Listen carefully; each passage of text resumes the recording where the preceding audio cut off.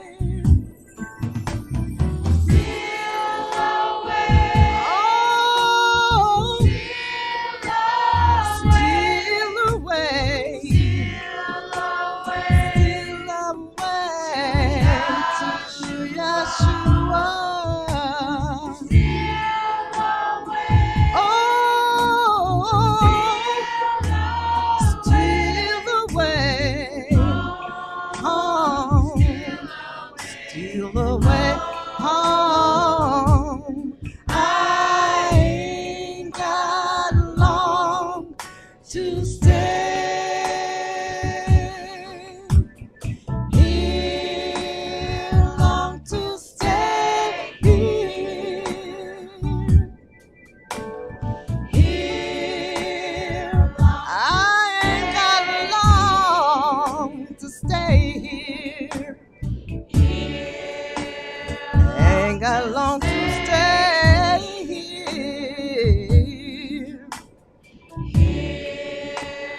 Long to stay here. Long to stay here.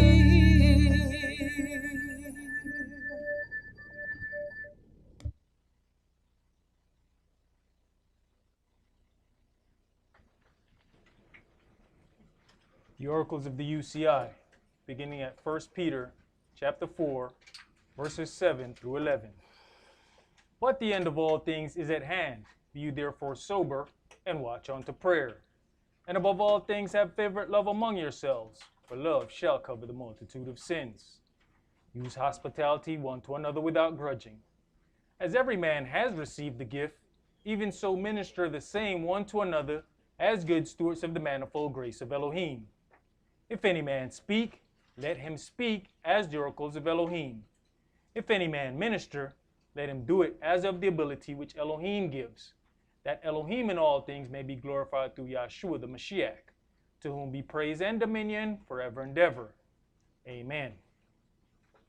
Ephesians chapter 4, verses 29 through chapter 5 and verse 4.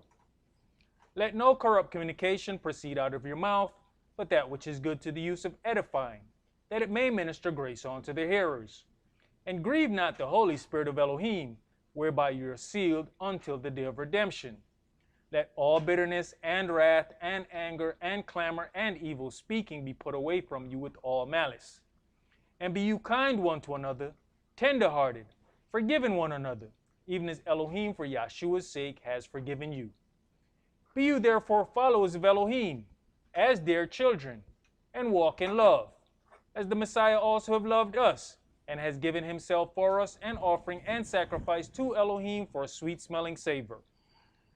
But fornication and all uncleanness or covetousness, let it not be once named among you as becomes saints. Neither filthiness, nor foolish talking, nor jesting, which are not convenient, but rather given of thanks. Ecclesiastes chapter 5, verses 1 and 2. Keep your foot when you go to the house of Elohim, and be more ready to hear than to give the sacrifice of fools, for they consider not that they do evil. Be not rash with your mouth, and let not your heart be hasty to utter anything before Elohim. For Elohim is in heaven, and you upon earth, therefore let your words be few. Exodus chapter 23, verses 20 and 21. Behold, I send an angel before you to keep you in the way and to bring you into the place which I have prepared. Beware of him and obey his voice. Provoke him not, for he will not pardon your transgressions, for my name is in him. Revelations chapter 3, verses 20 through 22. Behold, I stand at the door and knock. If any man hear my voice and open the door, I will come into him and will sup with him, and he with me. To him that overcomes will I grant to sit with me in my throne, even as I have also overcame and am sat down with my Father in his throne. He that has an ear, let him hear what the Spirit says unto the churches. All right, Shabbat Shalom. Shabbat Shalom. Which is peace on Yahweh's holy Sabbath day, as it is written, let him that has an ear hear what the Spirit says unto the churches. And everyone that has a physical ear does not necessarily have a spiritual ear. Even ourselves, there are times where we may be able to hear one thing, but because of other situation and circumstances, we will not allow our spiritual ear to open for us to hear some other things. That's why it is said that a word heard in due season, how good it is. You can say the same thing to someone, but what happened is that ground wasn't ready to receive seed. So everything you said was null and void. It went into that hard that Georgia red clay. You ain't planting nothing in that. All right, you ain't planting nothing in that. What you got to do is wait till a little rain come in their life and that ground get a little softer. See, a little couple other things happen in their life. Then all of a sudden, then you talk, and all of a sudden that seed went into the earth this time. Every other time you said it, it just bounced right off that red clay, and before you looked at it, it was rolling down the street. You can see your words rolling down the street. The person standing there, and your words all the way down there, because they didn't penetrate nowhere.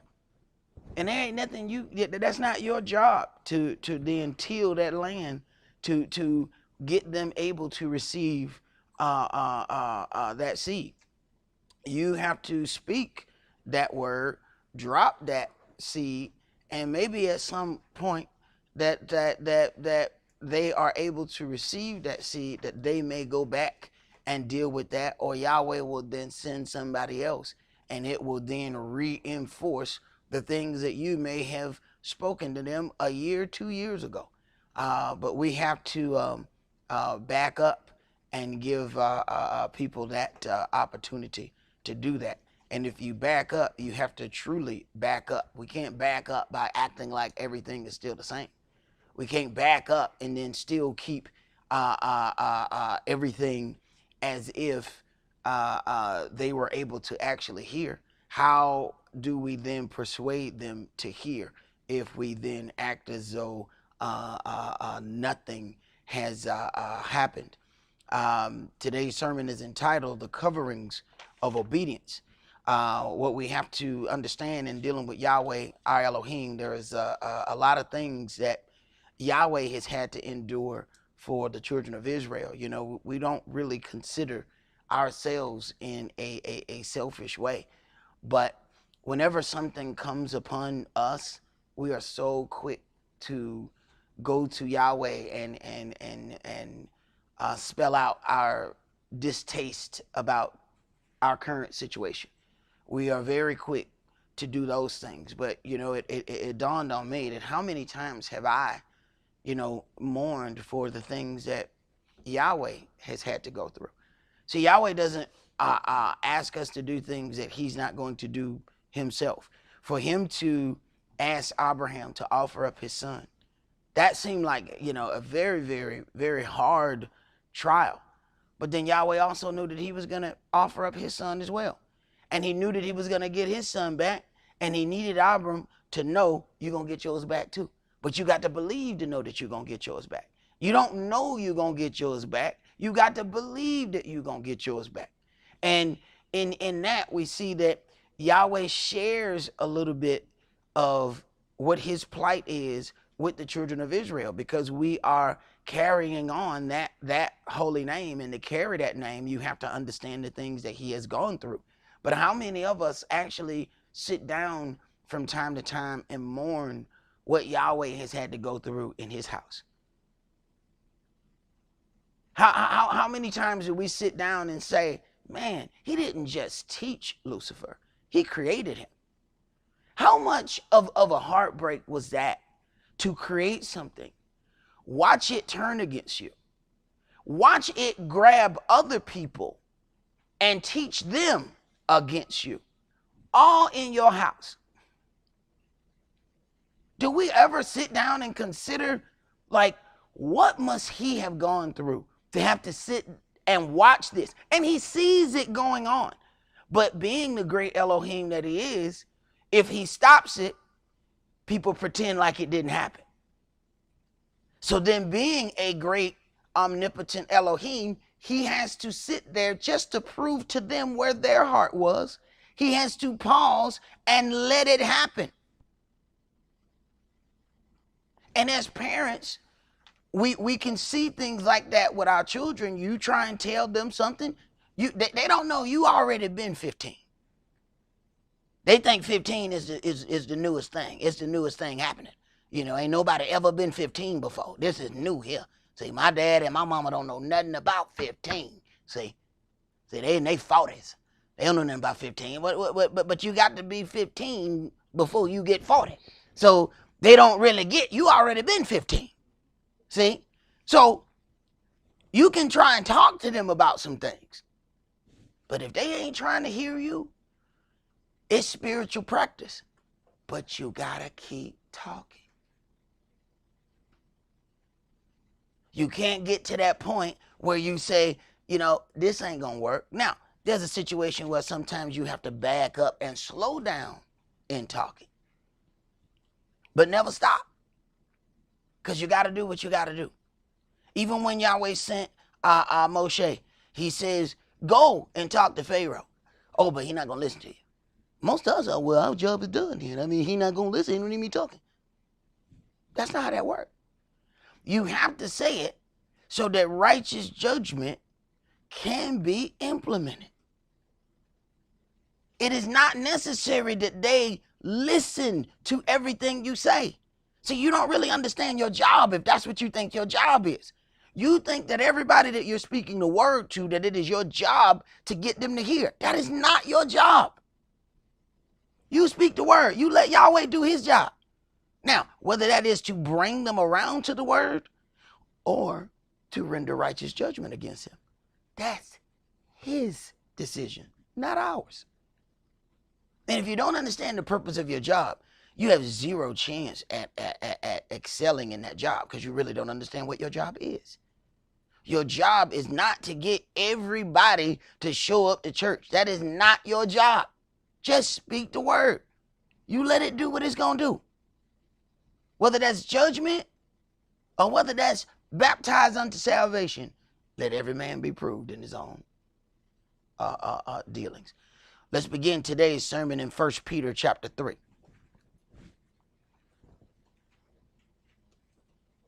1 Peter chapter 3, and we're going to read verses 1 through 7.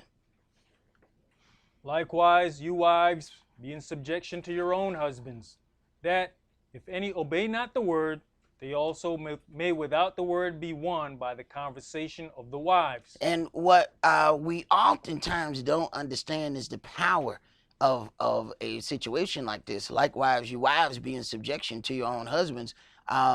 People look at that and they look at it from that one perspective, but then you have to consider the weight on what comes out of that husband's mouth.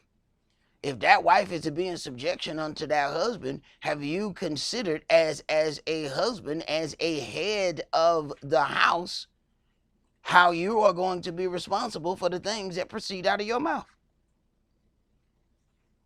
Yahweh is going to hold her accountable to how she's listening to you. Then Yahweh is going to hold you accountable for what you said to her.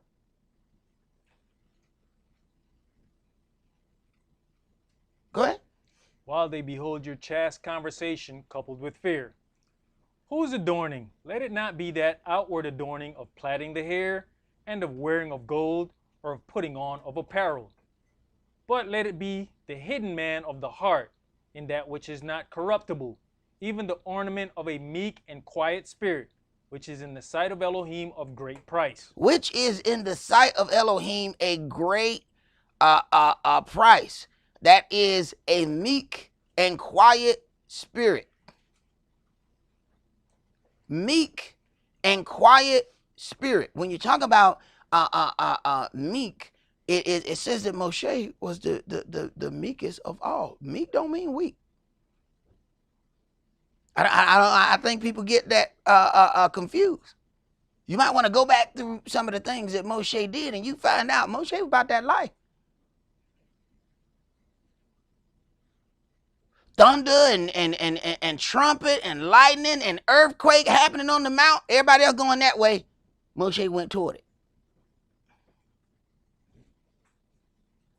The wrath of Elohim is coming toward Israel. Moshe stood in the middle. And y'all know us. We start running when we don't even know what we're running about. He went toward the danger to stand in the breach for the children of Israel. Do not confuse meek for weak. That's not what that means. When Yahweh got ready to direct his life, when he changed the direction, Moshe changed with it. Now, yeah, all of us, we get to a certain point where we don't understand something, we're going to get a little afraid. We're gonna shake a little bit. He tells a man to go back into a land that he done ran out of because he has broken the law in there, the ultimate law, yeah, you're going to shake a little bit too. But he went. He went back. And all the things that Yahweh asked him to do, he did it. Even though it didn't sound like it was going to be prosperous. He's telling him, the people not going to listen to you. I know they're not going to listen to me. I've been raised in their house. They think they gods. They're not trying to hear no other God. So we have to consider that. What level of obedience are we going to have toward Yahweh our Elohim? Go ahead. Verse 5. For after this manner in the old time, the holy women also, who trusted Elohim, adorned themselves, being in subjection unto their own husbands. So when we talk about adornment, you know, what most people come in and you see that there's the physical adornment where a woman might spend an hour trying to figure out what earring she gonna put with that dress, what head wrap gonna go with this. She's adorning herself. The word talks about the best adornment not even being a physical thing. It manifests itself physically, but it's not a physical thing. The best adornment comes from the inside, being adorned with something else. Verse 5, for after this manner in the old time, the holy women also who trusted in Elohim adorned themselves, being in subjection unto their own husbands. So the biggest decoration that she can have was obedience. The same thing that Yahweh says unto us. He likens Israel. He says, I am married unto you. So we as an entire nation are married unto Yahweh. So the very thing that he says your wife should do to you, we as a nation, as his wife, should do to him. So at some point you have to ask yourself, if you don't give it, should you get it? Read, brother. Verse 6. Even as Sarah obeyed Abraham, calling him master, whose daughters you are, as long as you do well, and are not afraid with any amazement. Right. Even as Sarah obeyed Abraham, calling him master, Adonai. Meaning, I understand that you are the head of this house. I understand that you are the ultimate decision maker here.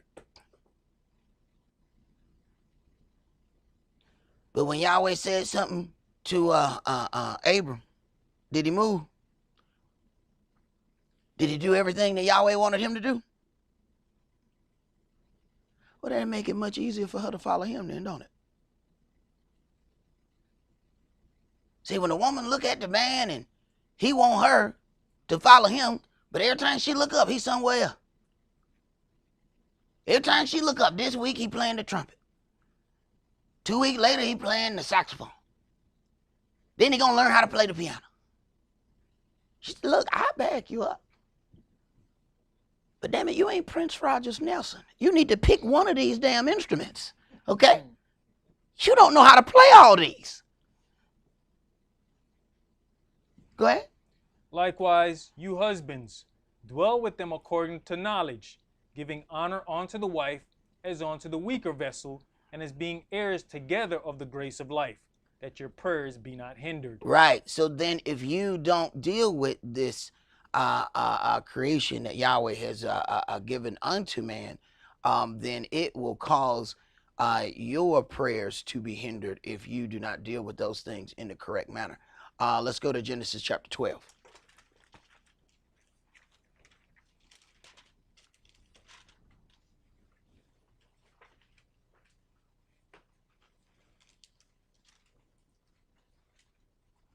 Genesis chapter 12, and let's start that at verse 1.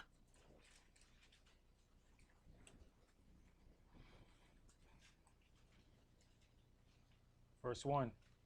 Now Yahweh had said unto Abram, get you out of your country, and from your kindred, and from your father's house, onto a land that I will show you. Now, this is just not an easy thing to do.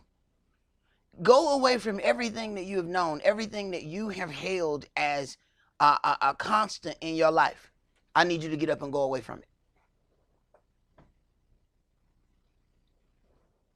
Go ahead. And I'll make of you a great nation, and I'll bless you and make your name great, and you shall be a blessing. And I'll bless them that bless you, and curse him that curse you. And in you shall all the families of the earth be blessed. Right. All of the blessings that happen in the earth are then connected through Abram. All of these major blessings, everybody will have, when Yahweh put the situation of, hey, he put every man in his own land, they have this, they have that. Then there's a level of blessing that's going to come through the seed of his people. When it comes down to dealing with Yahshua, all of that's through Abraham. Because at this point, the rest of the nations are cut off from this. Go ahead. So Abram departed, as Yahweh had spoken unto him, and Lot went with him. And Abram was 75 years old when he departed out of Haran. And we know we get 75, we ain't trying to move nowhere. We ain't trying to go, no, I got everything where I got my coffee maker is right where it's supposed to be. I got my little deck out there. I'm decorated it exactly how I want it to be. I can close my eyes and go to everything that I need. If the power go out, it don't matter to me. I know where everything is. We ain't trying to go nowhere. Go ahead. And Abram took Sarai his wife, and Lot his brother's son, and all their substance that they had gathered, and the souls that they had gotten in Haran, and they went forth to go into the land of Canaan. And into the land of Canaan they came. Now, you don't really consider how and what Yahweh has given instruction on, and whether you should meditate on those things. You kind of think on a line of, okay, he said, I'm going to make a great nation out of you. Well, in his house is, a relative that his father picked up, which is what I think his nephew. Mm-hmm. So, he automatically, because his nephew is in his house, he automatically grabs him and takes him with him. You later found out in this story that Yahweh is not going to prolong or go to the next level with his agreement with Abram until there's a part between him and Lot. He said, I'm going to make a great nation out of you. That did not include your nephew. And sometimes we're ready to share our blessing with everybody.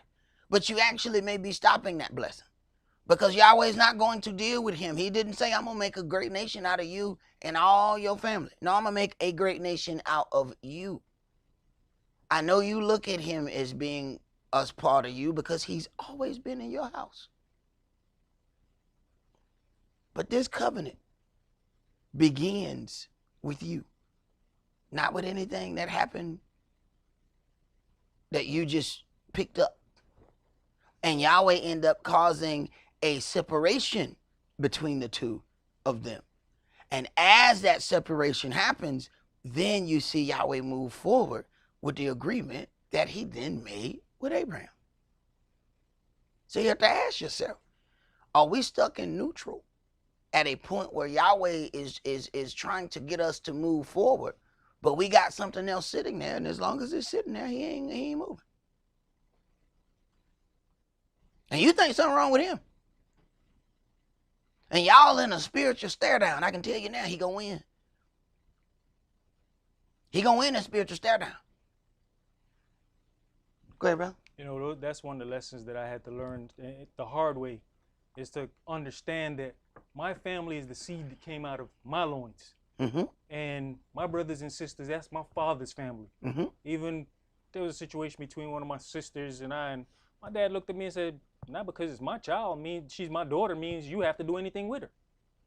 That was kind of hard, but that is his family. Mm-hmm. The family I created is my family. Mm-hmm. What does it say? A man shall leave his father and his mother and cleave to his wife. All of those that are then produced are your seed. See, it's in the book. But what we do is we put our heart right there on the cuff on this sleeve, and we just leave it out there. And anybody that give us a good enough story, they can get to our heart. And now we move by guilt and this and that. And what happens is you don't perform the commandment of Yahweh your Elohim. Go ahead. Verse 6. And Abram passed through the land onto the place of Sichem, onto the plain of Moreh, and the Canaanite was then in the land. And Yahweh appeared unto Abram and said, Unto your seed will I give this land. And there built he an altar unto Yah, who appeared unto him.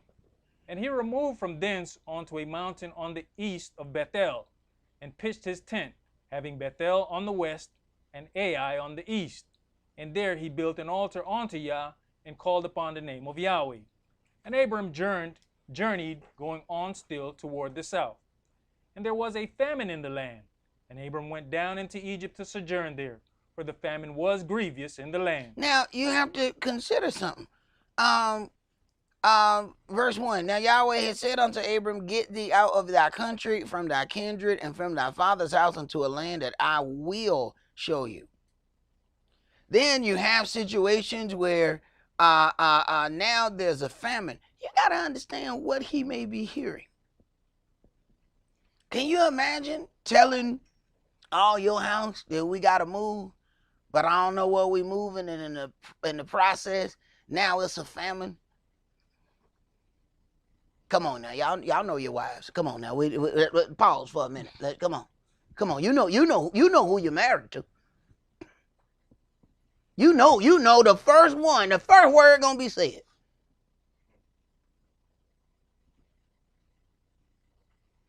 This is why when it talks about Sarah obeyed him, you have to understand just how deep that obeying was. This ain't no easy stuff to go through. And it gets thicker. Go ahead. And it came to pass, when he was come near to enter into Egypt, that he said unto Sarai his wife, Behold now, I know that you are a fair woman to look upon. Therefore it shall come to pass, when the Egyptians shall see you, that they shall say, This is his wife, and they will kill me, but they will save you alive. Say, I pray you, you are my sister, that it may be well with me for your sake, and my soul shall live because of you. Now, this is where it starts to get interesting. Because at this point, you have a man who's head of the house, and what he's now asking his wife to do sounds somewhat suspect. You want me to say I'm your sister? What kind of mess is this? This gets interesting now. Go ahead. And it came to pass that, when Abram was come into Egypt, the Egyptians beheld the woman that she was very fair. The princes also of Pharaoh saw her, and commended her before Pharaoh, and the woman was taken into Pharaoh's house. Wait a minute. Come on now. Come on. Now, it says she was very fair to look upon. Now, if she was so fair to look upon that he thought they might kill him, how deep you think that situation is if she go into their house? And how many of y'all wives gonna go into a house because you said so? I'll wait.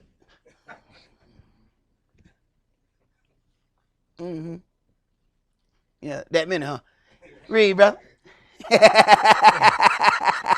And he entreated Abram well for her sake. So now Abram is getting stuff because his wife, sister, is now in Pharaoh's house. Go ahead. And he had sheep and oxen and he asses. Ooh, can you imagine when Keisha come back home? Is that, you see all these sheep and oxen you got? Who got that for you? Me. That's who. Every time you hear one of them, that's mine. Who did that? I did. That's who. Go ahead, bro. And men servants and maid servants. And she asses and camels. She be telling the servants what to do the whole time. Look, don't listen to him. I'm the one that got you here. Go ahead. And Yahweh plagued Pharaoh and his house with great plagues. Look at this. Look at this. So now you're talking about a belief so strong that you have a beautiful woman inside somebody else's house. And every time they even try to go near, they start having problems. Please don't think it was their decision that they didn't move on that. See, you know Yahweh is against something when you look at it and you like, oh man, that is amazing. And every time you go near it, you have equipment failure. Yahweh said, no, you're not. Go ahead. And Yahweh plagued Pharaoh and his house with great plagues because of Sarai, Abram's wife. Uh-huh. And Pharaoh called Abram and said, what is this that you've done unto me? Why did you not tell me that she was your wife? Okay, pause. What is this that you have done unto me? Why did you not tell me that she was your wife?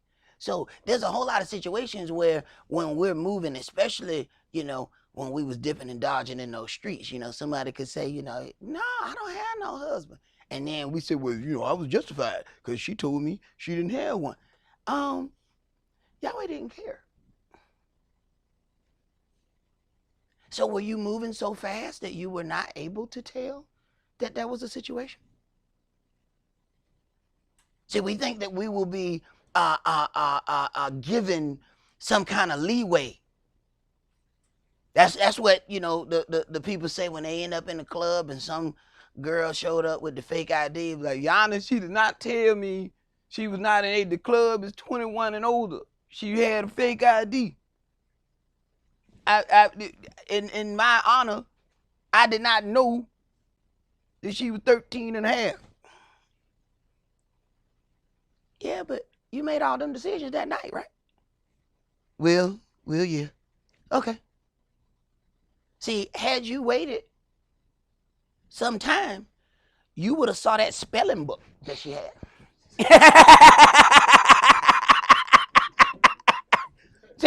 See, once you know that spelling book, once you saw that spelling book, that would have been your clue.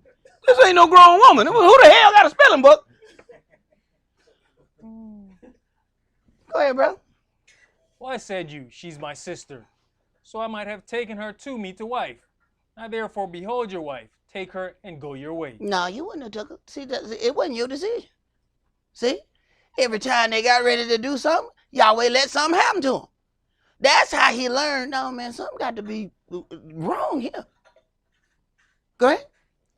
And Pharaoh commanded his men concerning him, and they sent him away, and his wife, and all that he had. Right. But now he has great possessions, and those possessions came after sending his wife into somebody else's house. Real strange situation there. Sometimes you have to look at, why would Yahweh even bag that up? You ever sit down and meditate? Now, why would Yahweh back? Because Yahweh backed him on it. Now, Yahweh didn't tell him to say that. We can see the part where Yahweh says, go and do this. All right? Rest of the thing, Yahweh not talking. So, this gives an awesome opportunity for her to say, well, wait a minute, did Yahweh tell you to tell me to go in that house? Come on now, come on, tell the truth, shade and devil. Y'all too damn quiet in here. Come on. Y'all couldn't see that as the next question? Come on now. Come on. Yahweh said move. So, ain't that the next logical question? Did Yahweh say that I need to go in his house? Huh? Did Yahweh tell you to tell me to go in there? Come on now. So why did Yahweh back that up? Yahweh protected the woman in the house and gave the man great possessions after he sent his wife in somebody else's house. Why would he back that up? Let's go to Leviticus chapter 26.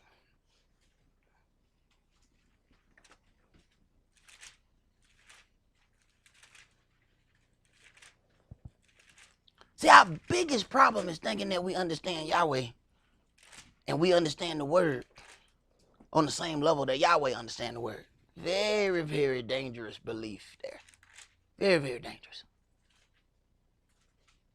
Leviticus chapter 26. And let's read first verses 14 through 18. But if you will not hearken unto me, and will not do all these commandments, and if you will despise my statutes, or if your soul abhor my judgments, so that they will not do all my commandments, but that you break my covenant, I also will do this unto you. I will even appoint over you terror, consumption, and the burning ague, that shall consume the eyes, and cause sorrow of heart, and you shall sow your seed in vain, for your enemies shall eat it. And I'll set my face against you, and you shall be slain before your enemies.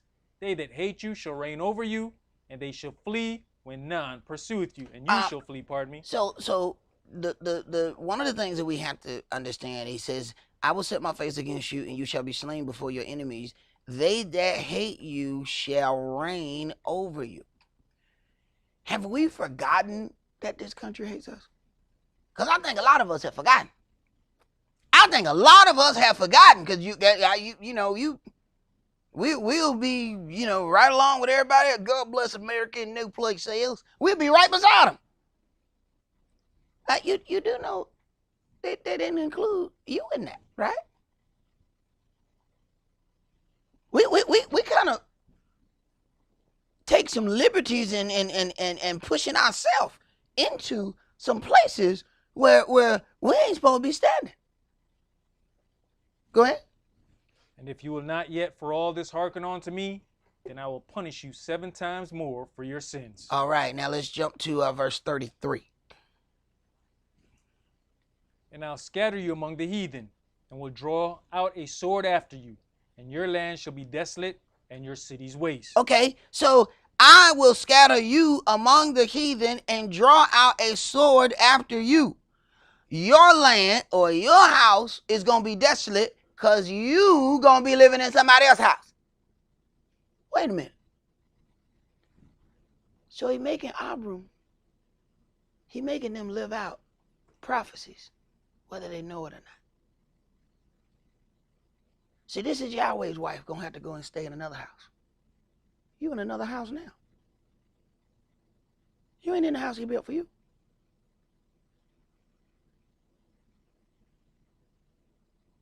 Go ahead. Then shall the land enjoy her Sabbaths, as long as it lies desolate, and you be in your enemy's land. Even then shall the land rest and enjoy her Sabbaths. As long as it lies desolate, it shall rest, because it did not rest in your Sabbaths when you dwelt upon it. And that's sad that your house got to be empty for it to enjoy the Sabbath. There's something seriously wrong when he has to make your house empty for you to keep the Sabbath correctly. Go ahead. And upon them that are left alive of you, I will send a faintness into their hearts in the lands of their enemies. And the sound of a shaken leaf shall chase them, and they shall flee as fleeing from a sword, and they shall fall when none pursues. And they shall fall one upon another, as it were before a sword, when none pursues. And you shall have no power to stand before your enemies. Do we have any power to stand before our enemies here? We want to march and vote, and we want to do all those things. Very next month, we see the same thing that happened before. No matter how many times we put another police shooting on television, another one happens. And then they give us the same drawn out story. Oh, this time gonna be different. Oh yeah, we gonna put charges on these people. And they stretch it out so that we forget about it. And then in 3 years, you go and look up that story and find out they dropped all charges. See, what they do is appease you for that time that you angry. So I know why they marching in the street. Let's just tell them. All of a sudden, now they want to ask you to be patient and let the process go. It's just buying time. And as soon as we get all comfortable, they go right back to what they were doing. They might not even announce that the charges have been dropped. You have to look it up yourself. You're like, what? All charges dropped. They just made you think they were going to do something. What that means is no power to stand before your enemies. You can go to court. You can do all of those things. It is set as a judgment. So it ain't but so much righteous judgment we're going to get in a wicked land. You got to know that. And if you don't know that, your feelings going to get hurt. You think because you going to court and you right, you going to win. You don't understand court. You can be right, innocent. Man, I was just hearing about one of the brothers that they locked up did 40-something years for a crime he didn't commit. 40-something years. His entire life gone. He done went in as a 20-year-old and come out as an old man. And what happened in his brain being in prison for 40 plus years? How you just start that over? Go ahead. Verse 38, and you shall perish among the heathen, and the land of your enemies shall eat you up. And they that are left of you shall pine away in their lawlessness in your enemies' lands. And also the lawlessness of their fathers shall they pine away with them. Verse 40, if they shall confess their lawlessness and the lawlessness of their fathers with their trespass which they trespassed against me, and that also they have walked contrary unto me, and that I also have walked contrary unto them, and have brought them into the land of their enemies, if then their uncircumcised hearts be humbled, and they then accept of the punishment of their lawlessness, then will I remember my covenant with Jacob, and also my covenant with Esaac, and also my covenant with Abraham will I remember. And see, this is one of the hardest things for us to do, to even acknowledge the iniquity that was done. And we end up stumbling at the first stepping stone. Because we can't acknowledge that anything happened. Go ahead. And I'll remember the land. All right, let's go to Genesis chapter 26.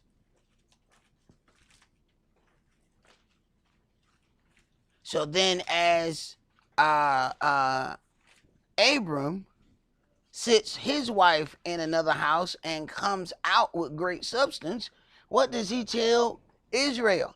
I'm going to send you, if you don't do what you're supposed to do, I'm going to send you into other lands. But then I'm going to judge those lands and you're going to come out with great substance. But imagine having to go through that and you ain't got no book, though. So this is where we get to cheat. See, we go through something and it's strange. If we can get out our own way, we can open the book and find, man, this is how I need to deal with this situation. They ain't got no book. They are the book.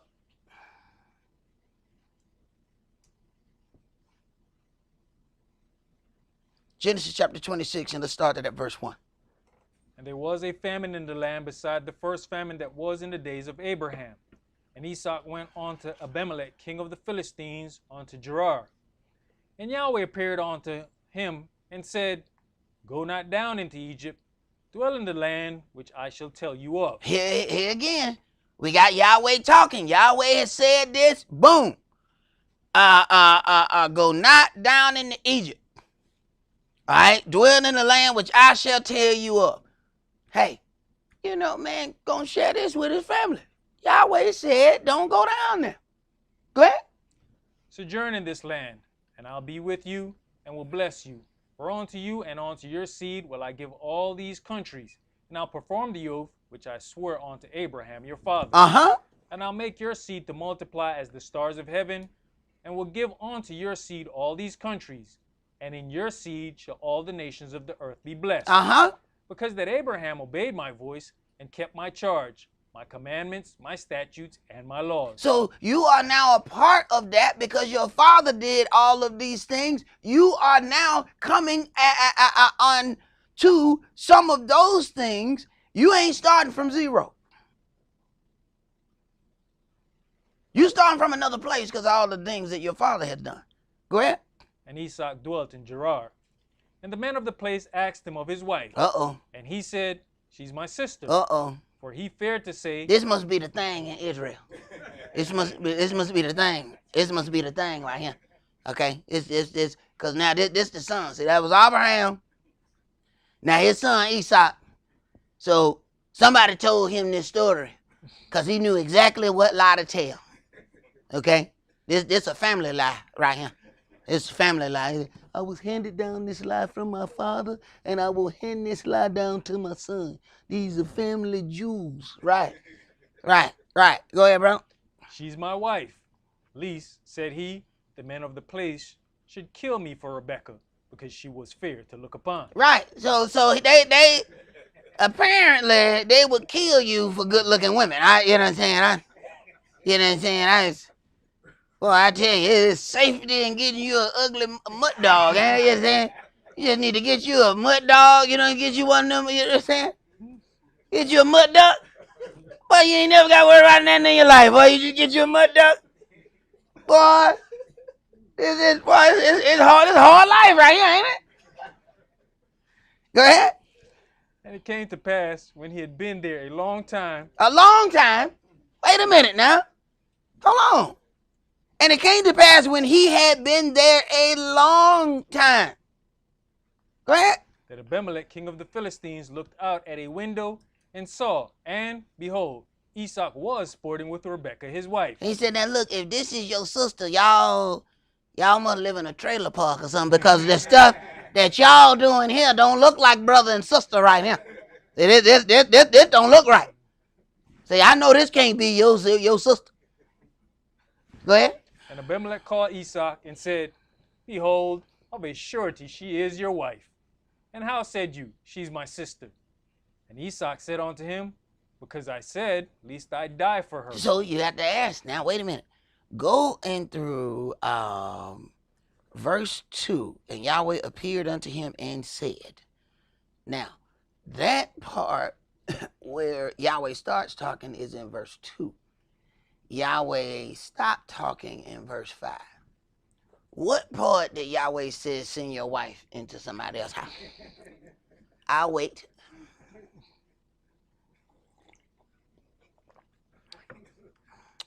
I must have missed it. Show me where that part at. Show me where that part at. But she went, right? Okay. See, now we're dealing with some different kind of stuff. So at what point did we hear? Because you know, hey, once again, perfect opportunity. When did Yahweh tell you that? Yahweh told you to stay here and that you were going to be a part of all the stuff that your dad did. What part did he tell you that I'm supposed to go in their house? Say that again. Come on now. Let's tell the truth. Let's shame the devil.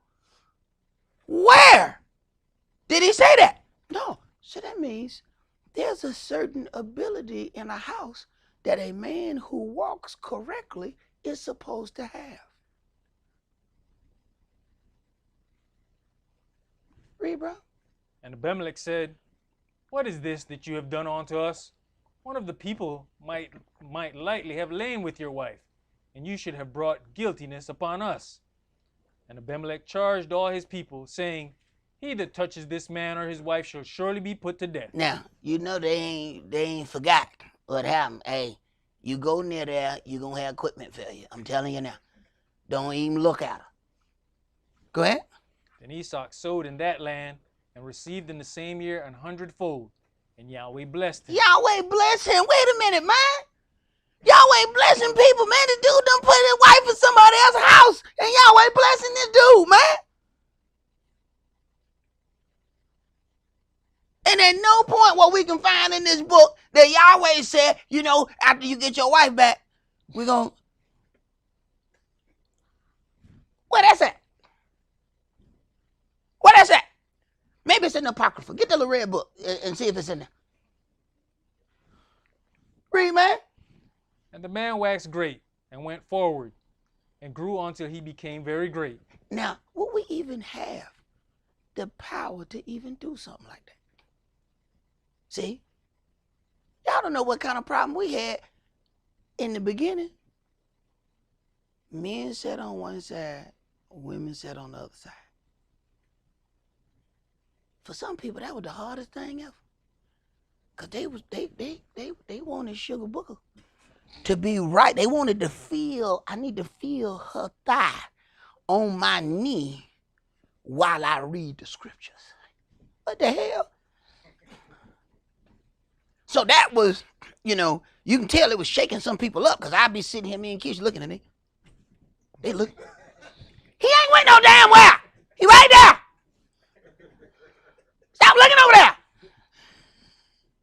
And she ain't went nowhere.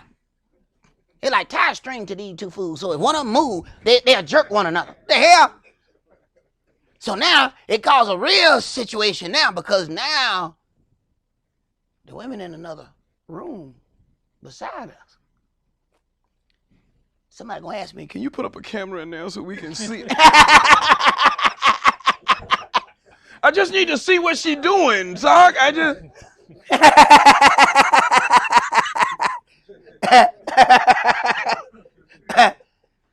Go ahead, bro. Verse 14. For he had possession of flocks and possession of herds and great store of servants, and the Philistines envied him. Mm-hmm. For all the wells which his father's servants had digged in the days of Abraham his father, the Philistines had stopped them and filled them with earth. And Abimelech said unto Esau, Go from us, for you are much mightier than we. So it is a situation that happens with us. We go to a place and end up overtaking the place where we go. In turn, that we start having problems with the people of that place. You have any idea how many times this has happened with us? They're like, look, man, no, man. It just, when I looked up, it was 10. I blinked and it was like 18 of them. I blinked once, man. I don't know where these children keep coming from. It just, no, man. They plant one bush, 8 bushes grow. I don't know what's happening with these people, man. They just need to go. See, the blessing of Yahweh will be on you even when you're in a place where these people have no love for Yahweh whatsoever. Go ahead. And Esau departed thence, and pitched his tent in the valley of Gerar, and dwelt there. And Esau digged again the wells of water, which they had digged in the days of Abraham his father, for the Philistines had stopped them after the death of Abraham. And he called their names after the names by which his father had called them. And Esau's servants digged in the valley, and found there a well of springing water. And the herdmen of Gerar did strive with Esau's herdmen, saying, The water is ours. And he called the name of the well Esaac, because they strove with him. And they digged another well, and strove for that also. And he called the name of it Sitnah. And look at how many times all of these things, keep happening. And he just moves and keeps going and finds another. Go ahead. And he removed from thence, and digged another well. And for that they strove not. And he called the name of it Rehoboth. And he said, For now Yahweh has made room for us, and we shall be fruitful in the land. And he went up from thence to Beersheba. And Yahweh appeared unto him the same night, and said, I am the El of Abraham your father. Fear not. Stop. So all the time they keep taking his stuff, Yahweh ain't showed up. I need y'all to pay attention to certain things. It look like he going through hell, and he about to, we about to get into a fisticuff. Every time I turn around, I do something. Here come these people stealing my stuff. Hey, it's about to go down up in here. Yahweh ain't showed up. Then once he gets to a place where the turmoil stops, here come Yahweh. You didn't see when they kept messing with me, right? Where were you? I mean, you could have threw a lightning bolt or something.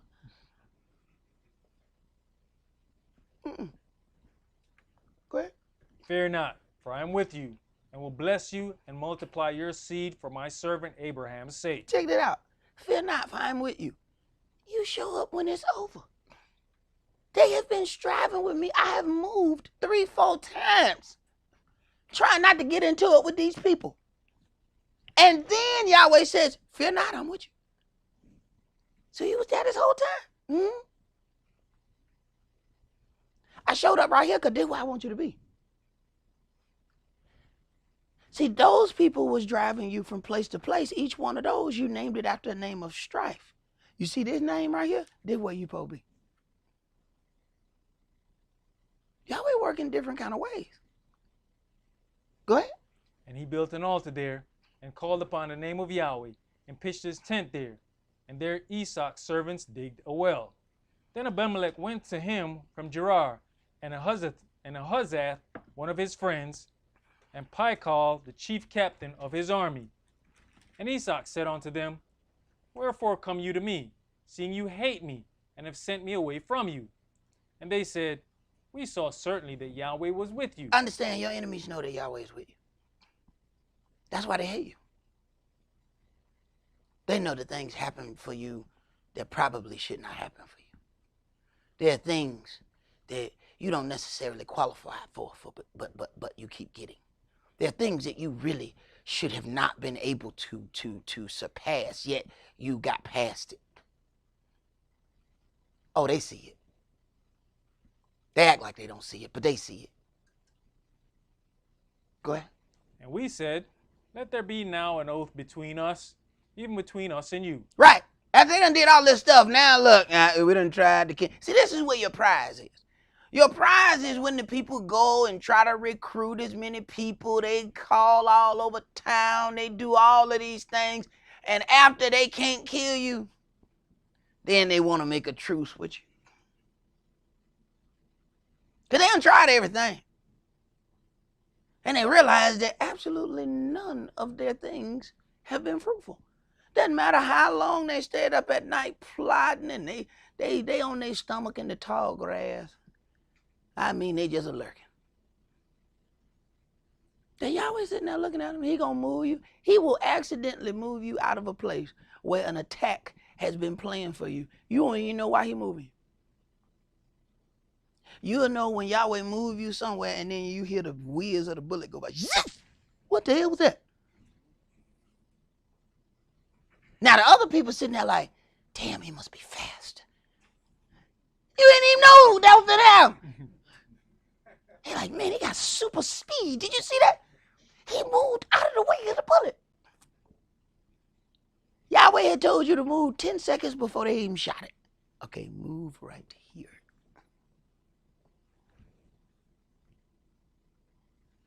You might not hear your Elohim talking, but he ain't went nowhere. Go ahead. And let us make a covenant with you. Verse 29. That you will do us no hurt, as we have not touched you, and as we have done unto you nothing but good. We ain't done nothing but good. All we did was stole your stuff. Go ahead. And have sent you away in peace. You are now the blessed of Yah. Yeah, we know Yahweh is blessing you, because anybody else, we would have already killed them or they would have killed themselves. Something would have happened.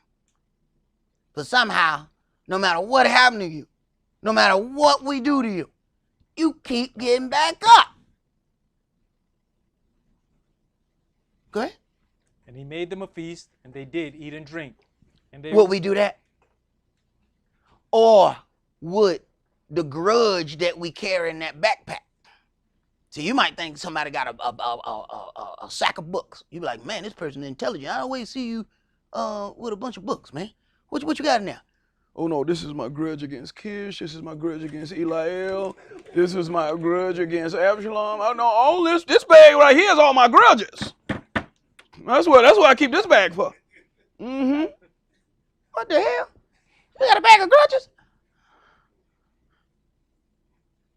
No wonder why you come around slow all the time. You got to carry all them damn grudges. Right. Go ahead, bro.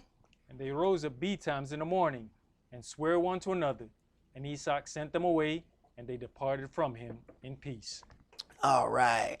Let's go to Yohanan, John chapter 4.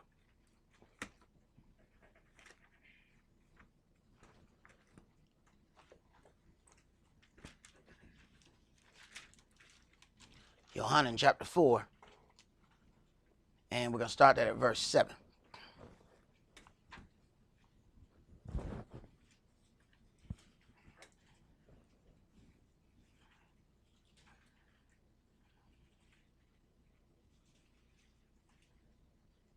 Verse 7. There comes a woman of Samaria to draw water. Yahshua says unto her, Give me to drink. For his disciples were gone away unto the city to buy meat. Then says the woman of Samaria unto him, how is it that you, being a Yehudi, ask drink of me, which am a woman of Samaria? For the Yehudis have no dealings with the Samaritans. And understand, these are a family, but they have no dealing with each other. You have Israel that became into a northern and a southern kingdom, and now you have the tribe or the house of Yehuda not dealing with the house or the Beta Israel. They don't deal with them. Go ahead. Yahshua answered and said unto her, if you knew the gift of Elohim, and who it is that says to you, give me to drink, you would have asked of him, and he would have given you living water. The woman says unto him, Sir, you have nothing to draw with, and the well is deep. From whence then have you that living water? Are you greater than our father Jacob? Our father. So we know that when she says our father, she is of the 12 tribes. Go ahead. Which gave us the well, and drank thereof himself, and his children, and his cattle? Yahshua answered and said unto her, whosoever drinks of this water shall thirst again. But whosoever drinks of the water that I shall give him shall never thirst. But the water that I shall give him shall be in him a well of water springing up into everlasting life. The woman says unto him, Sir, give me this water, that I thirst not, neither come hither to draw. Yahshua says unto her, Go, call your husband, and come hither. Now, one of the reasons why you have to even read that, because when you read the things about certain parts of obedience, it's very interesting that the Christian church sees the New Testament very strangely. There's certain parts of that New Testament they're just not going to deal with. Now, they'll tell you that they only deal with the New Testament. But you get to certain parts of the New Testament and they just hit that off button. They just go to sleep on that part. They're not going to discuss it because they don't have an answer for it. It says, let the women keep silent in the churches. If they will learn anything, let them learn from their husbands at home. Now, that's very difficult if the woman is the pastor. And you can't, ain't no explaining that. There is no explaining unless she's teaching in sign language. I don't know how the hell she'd be up there.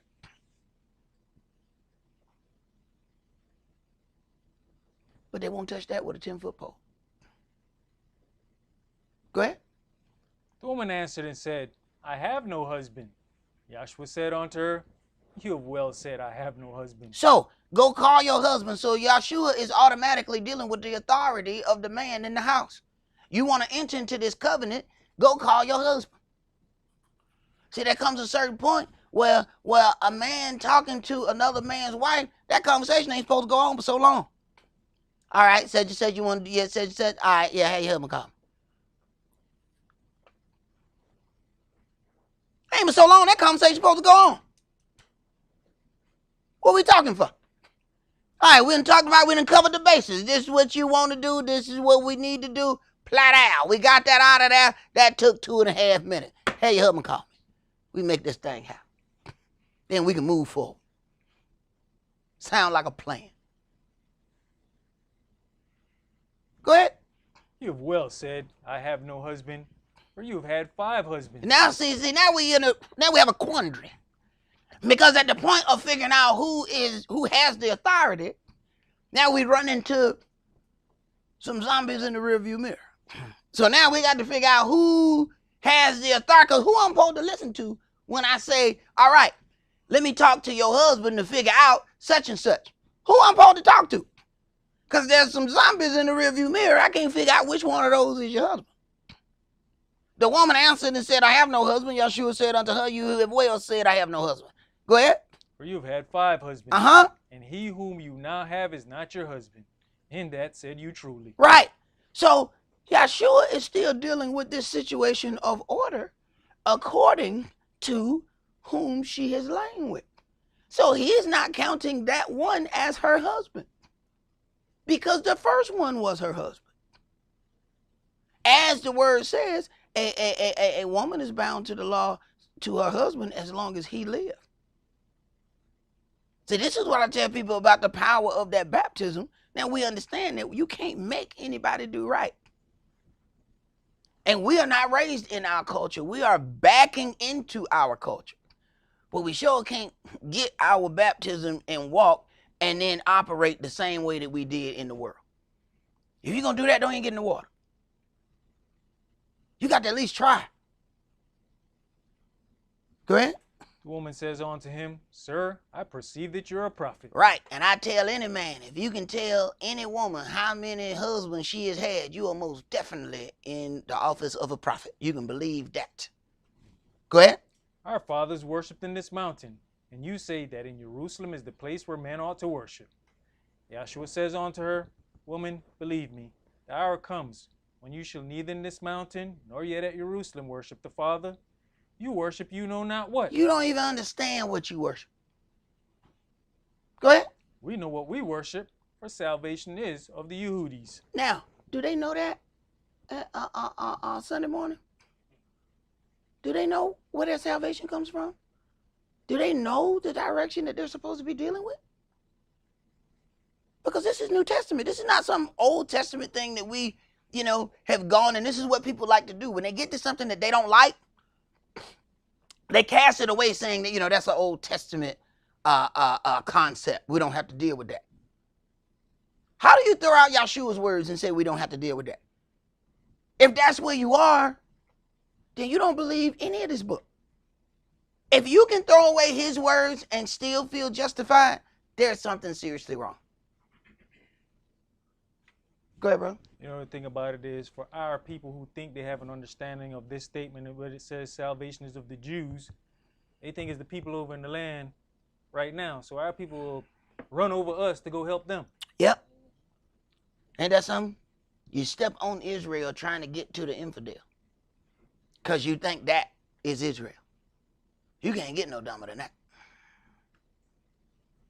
Stepping on Israel to get to somebody else. And then we go give the richest people in the world, we giving them all kind of money. Because it says if you bless Israel, you shall be blessed.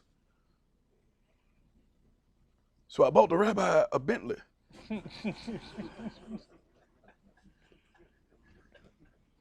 Went past 50 starving brothers on the street and gave a Jewish rabbi a Bentley. Boy. Go ahead. But the hour comes, and now is when the true worshipers shall worship the Father in spirit and in truth. For the Father seeks such to worship him. He seeks such to worship him in spirit and in truth. That whole pretense of things that we just do by showing up, Yahweh don't have a certificate of attendance for salvation. There's not going to be that thing, where in graduation, when they like certain people, you'll find out that some people got a diploma and they'll tell you that they got a degree, and then you'll listen to some of those names when they come by, they just call their name. You're like, so what kind of degree they got? Now, they just got a certificate of attendance. They just said, we acknowledge that you have gone to this school for 4 years. Congratulations. What the hell is that? What the hell is a certificate of attendance? Yahweh don't pass those out. So you come in, you just, you put your name on an envelope just so you can say, you know what? Yahweh, I was there. Yes, I was. He don't have a certificate of attendance. You either graduate or you don't. See, the 5 foolish virgins didn't get a certificate of attendance. What they got is weeping and gnashing of teeth. Go ahead. Verse 24. Elohim is a spirit, and they that worship him must worship him in spirit and in truth. The woman says unto him, I know that the Messiah comes, which is called the Anointed One. When he is come, he will tell us all things. Right. And from the moment Moshe said in the law, Yahweh will raise up another prophet like unto me.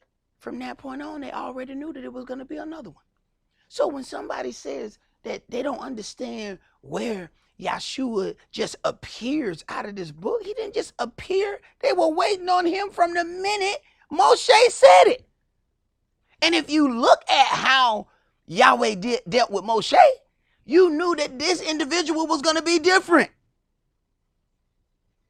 It was going to be some serious things that would have to take place for this next person to be greater than Moshe. We're talking about somebody who was able to stand in the presence of Elohim? How is it you have a lot of one-bookers who are not looking for a Messiah? The whole foundation of the Old Testament is based on there's going to be one after Moshe, but he's going to be like unto me. All you have to do is read what Moshe did and how Yahweh held him in importance level. That automatically told you that it was going to have to be a pretty big deal when the next one showed up. And it wasn't going to be no regular prophet. So how the old covenant brothers missed that? Go ahead. Yahshua says unto her, I that speak unto you am he. And upon this came his disciples, and marveled that he talked with the woman. Yet no man said, What seek you? Or why talketh you with her? The woman then left her water pot, and went her way into the city, and says to the man, Come, see a man which told me all things that I ever did. Is not this the anointed one? Right. He told me everything that I did. I know I ain't talked to nobody about all of those incidents. He knew about every last one of them. I can tell you that this man is a prophet. Y'all need to go talk to him. Go ahead. Then they went out of the city and came on to him. Right.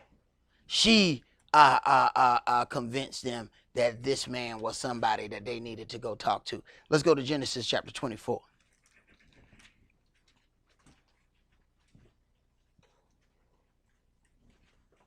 Genesis chapter 24, and we're going to start at verse 50.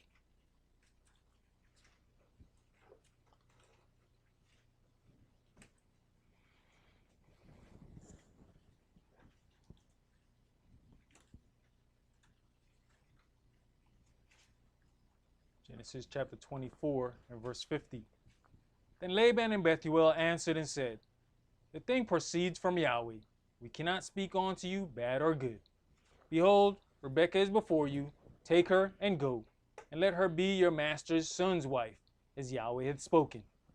And it came to pass that, when Abraham's servant heard their words, he worshipped Yah, bowing himself to the earth. And the servant brought forth jewels of silver and jewels of gold and raiment, and gave them to Rebekah. He gave also to her brother and to her mother precious things. Right.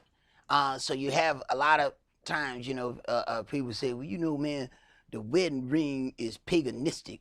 It is this and it is that. Hold, what you got now? Hold on. Behold, Rebekah is before you. Take her, let her be your master's son's wife. Verse 53. And the servant brought forth jewels of silver, jewels of gold, and clothing, and gave them to Rebekah.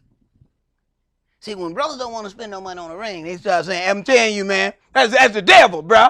That ain't got nothing to do with Yahweh, our Elohim.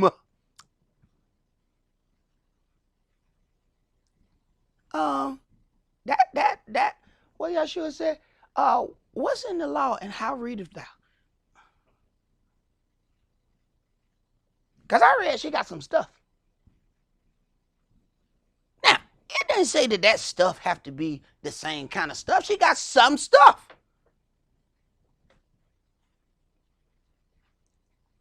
So that whole, we ain't gonna do nothing. You gonna be my wife. And, I'm gonna give you some jelly to go on the peanut butter.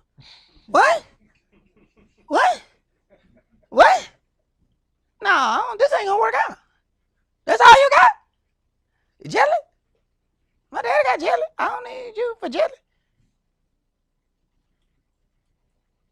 Read. And they did eat and drink, he and the men that were with him, and tarried all night. Yeah, brother gonna be like, Suck, you know what kind of trouble you just started today? Go ahead. And they rose up in the morning, and he said, Send me away unto my master. Here's the thing, brother. Some people got some stuff.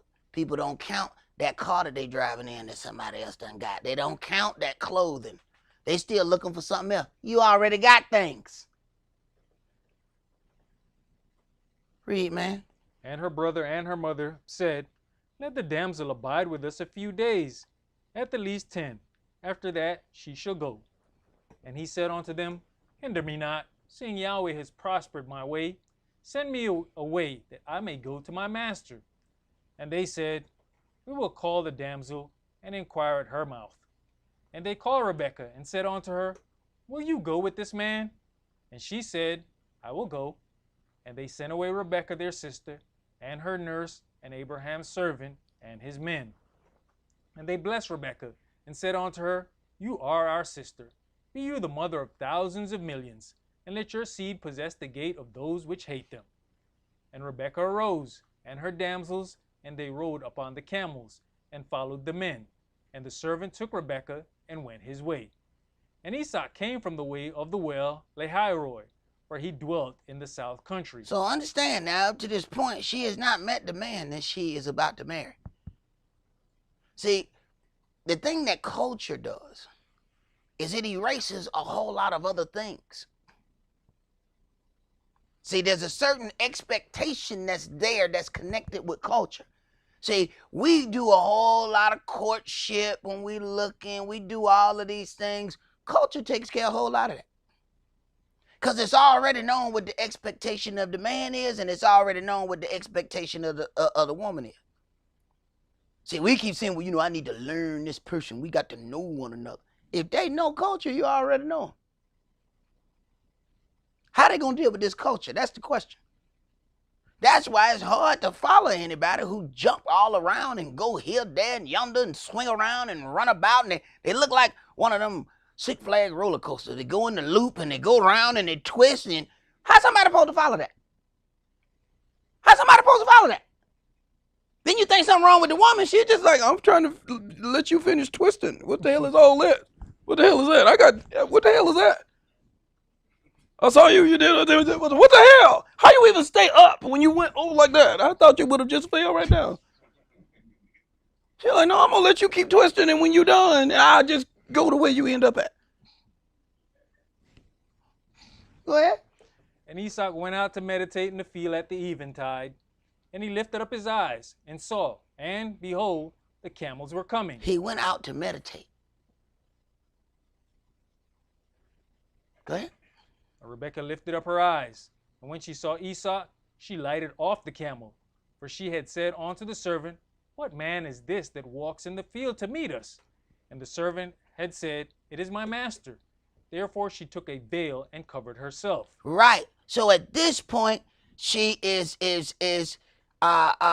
expressing that she is going to be under the authority of this man. She automatically takes this veil and covers herself. Go ahead. And the servant told Esau all things that he had done. And Esau brought her into his mother Sarah's tent and took Rebekah, and she became his wife, and he loved her.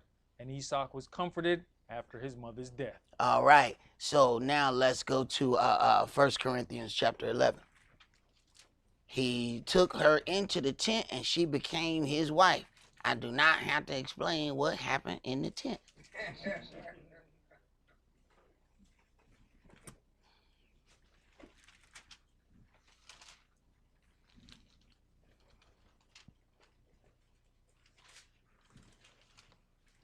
First Corinthians chapter 11, and let's read verses 1 through 16.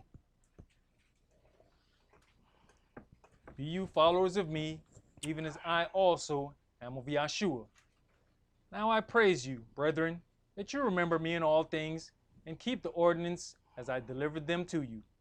But I would have you know that the head of every man is the Mashiach. Order. And the head of the woman is the man. And the head of the Mashiach is Elohim. So then we see that there are levels to the obedience and the way that things are set up. And if we ever get to any point in those levels that we are not able to receive instruction, then we're wasting our time. Because in every part of this, there's something that's over something else. And it ends with Yahweh. So if we have that position, or we have any position where now we believe that we are at the top and we can't receive any instruction from any other entity, we might as well just go ahead and stop now. Because sooner or later we're going to have a problem. The angels have levels. All angels don't have the same authority. What makes us think it's going to be different with us? Go ahead. Every man praying or prophesying, having his head covered, dishonors his head. And you have a lot of brothers that like to misteach this part right here. But keep going. But every woman that prays or prophesies with her head uncovered dishonors her head, for that is even all one as if she were shaven. For if the woman be not covered, let her also be shorn. Which is shaven. Go ahead. But if it be a shame for a woman to be shorn or shaven, let her be covered. For a man indeed ought not to cover his head, for as much as he is the image and glory of Elohim, but the woman is the glory of the man. So then we see what Yahweh has done then. He has then separated a man from those that are of the priesthood. Because we then find a whole nother level as we keep going into this. Go ahead. For the man is not of the woman, but the woman of the man.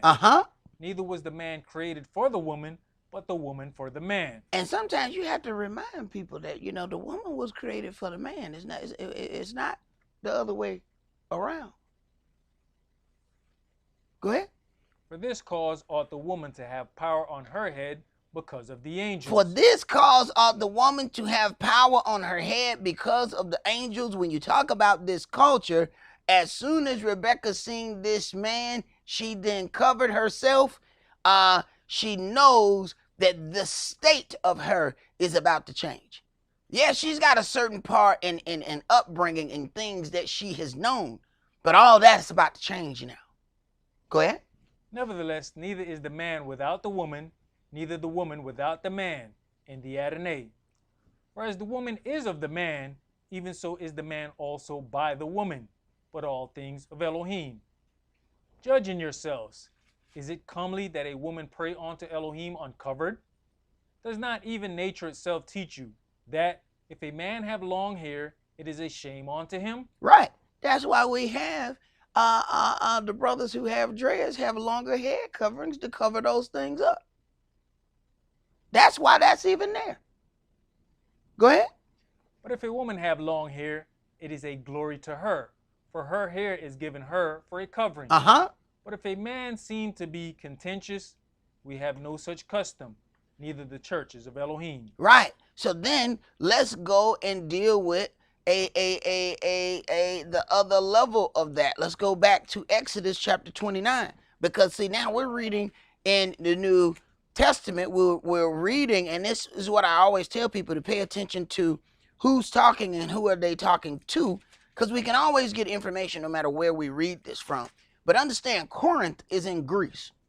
And Saul has the situation of where he has to deal with Jews and Gentiles.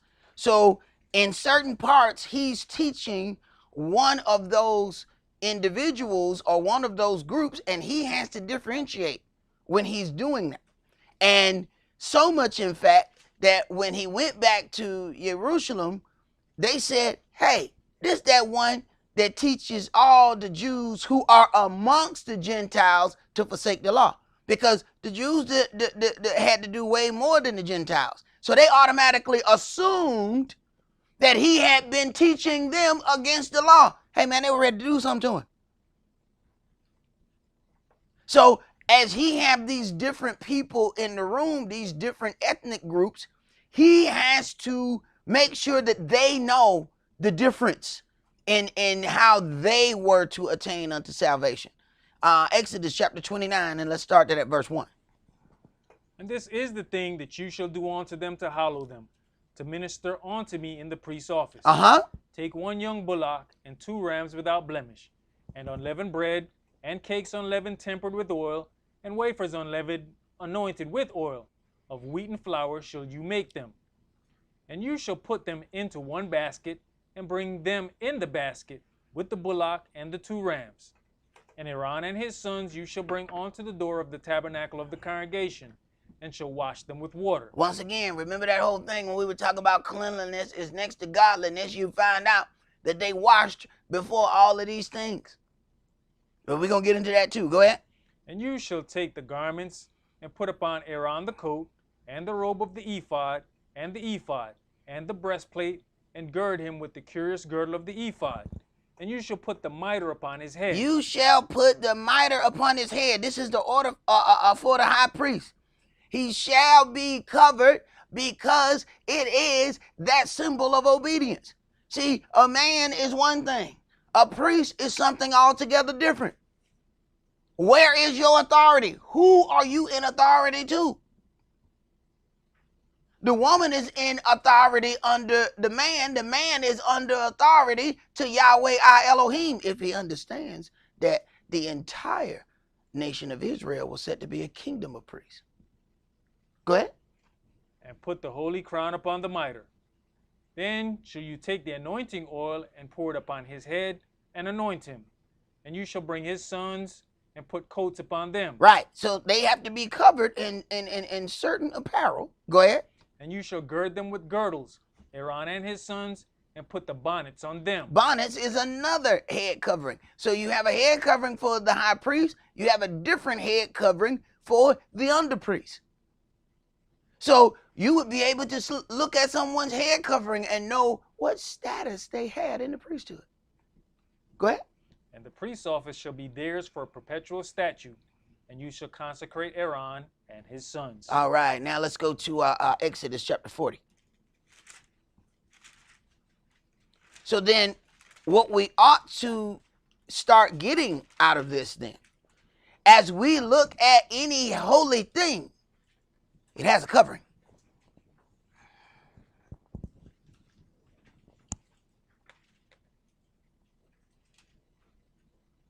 Exodus chapter 40, let's start that at verse 1.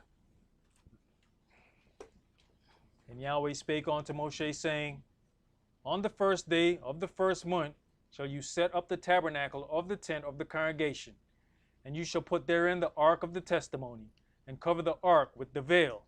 And you shall bring in the table, and set in order the things that are to be set in order upon it. And you shall bring in the candlestick, and light the lamps thereof.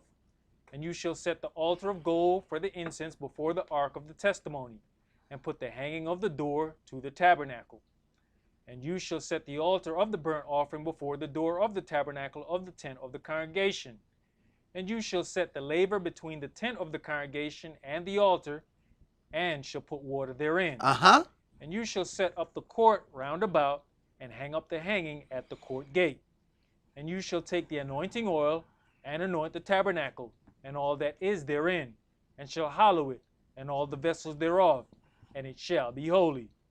And you shall anoint the altar of the burnt offering, and all his vessels, and sanctify the altar, and it shall be an altar most holy. And you shall anoint the laver and his foot, and sanctify it.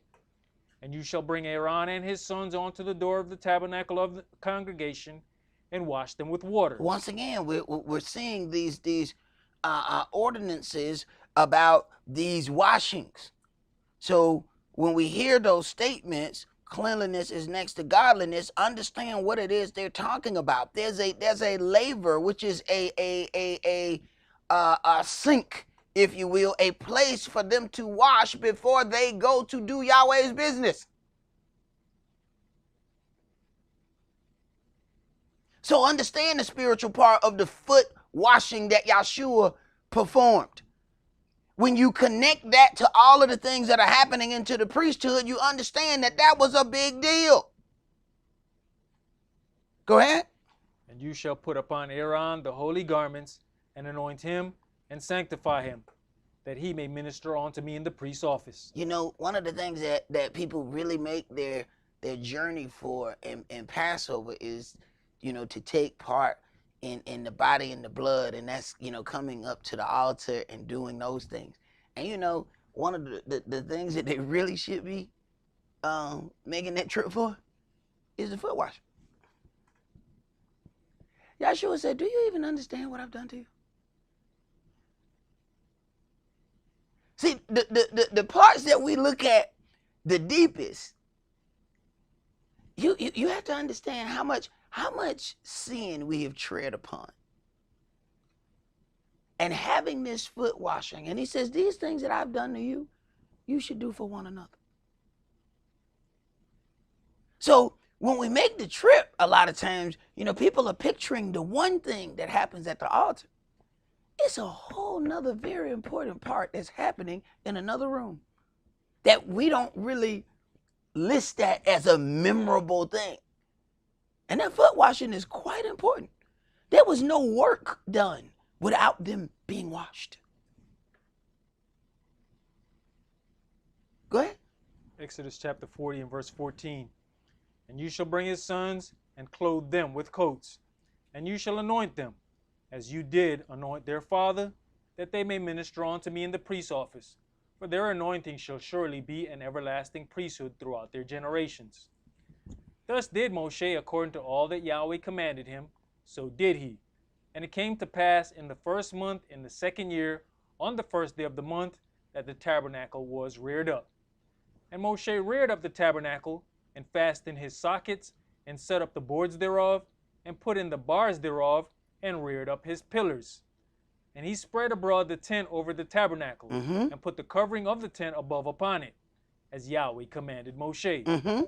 And he took and put the testimony into the ark, and set the staves on the ark, and put the mercy seat above upon the ark.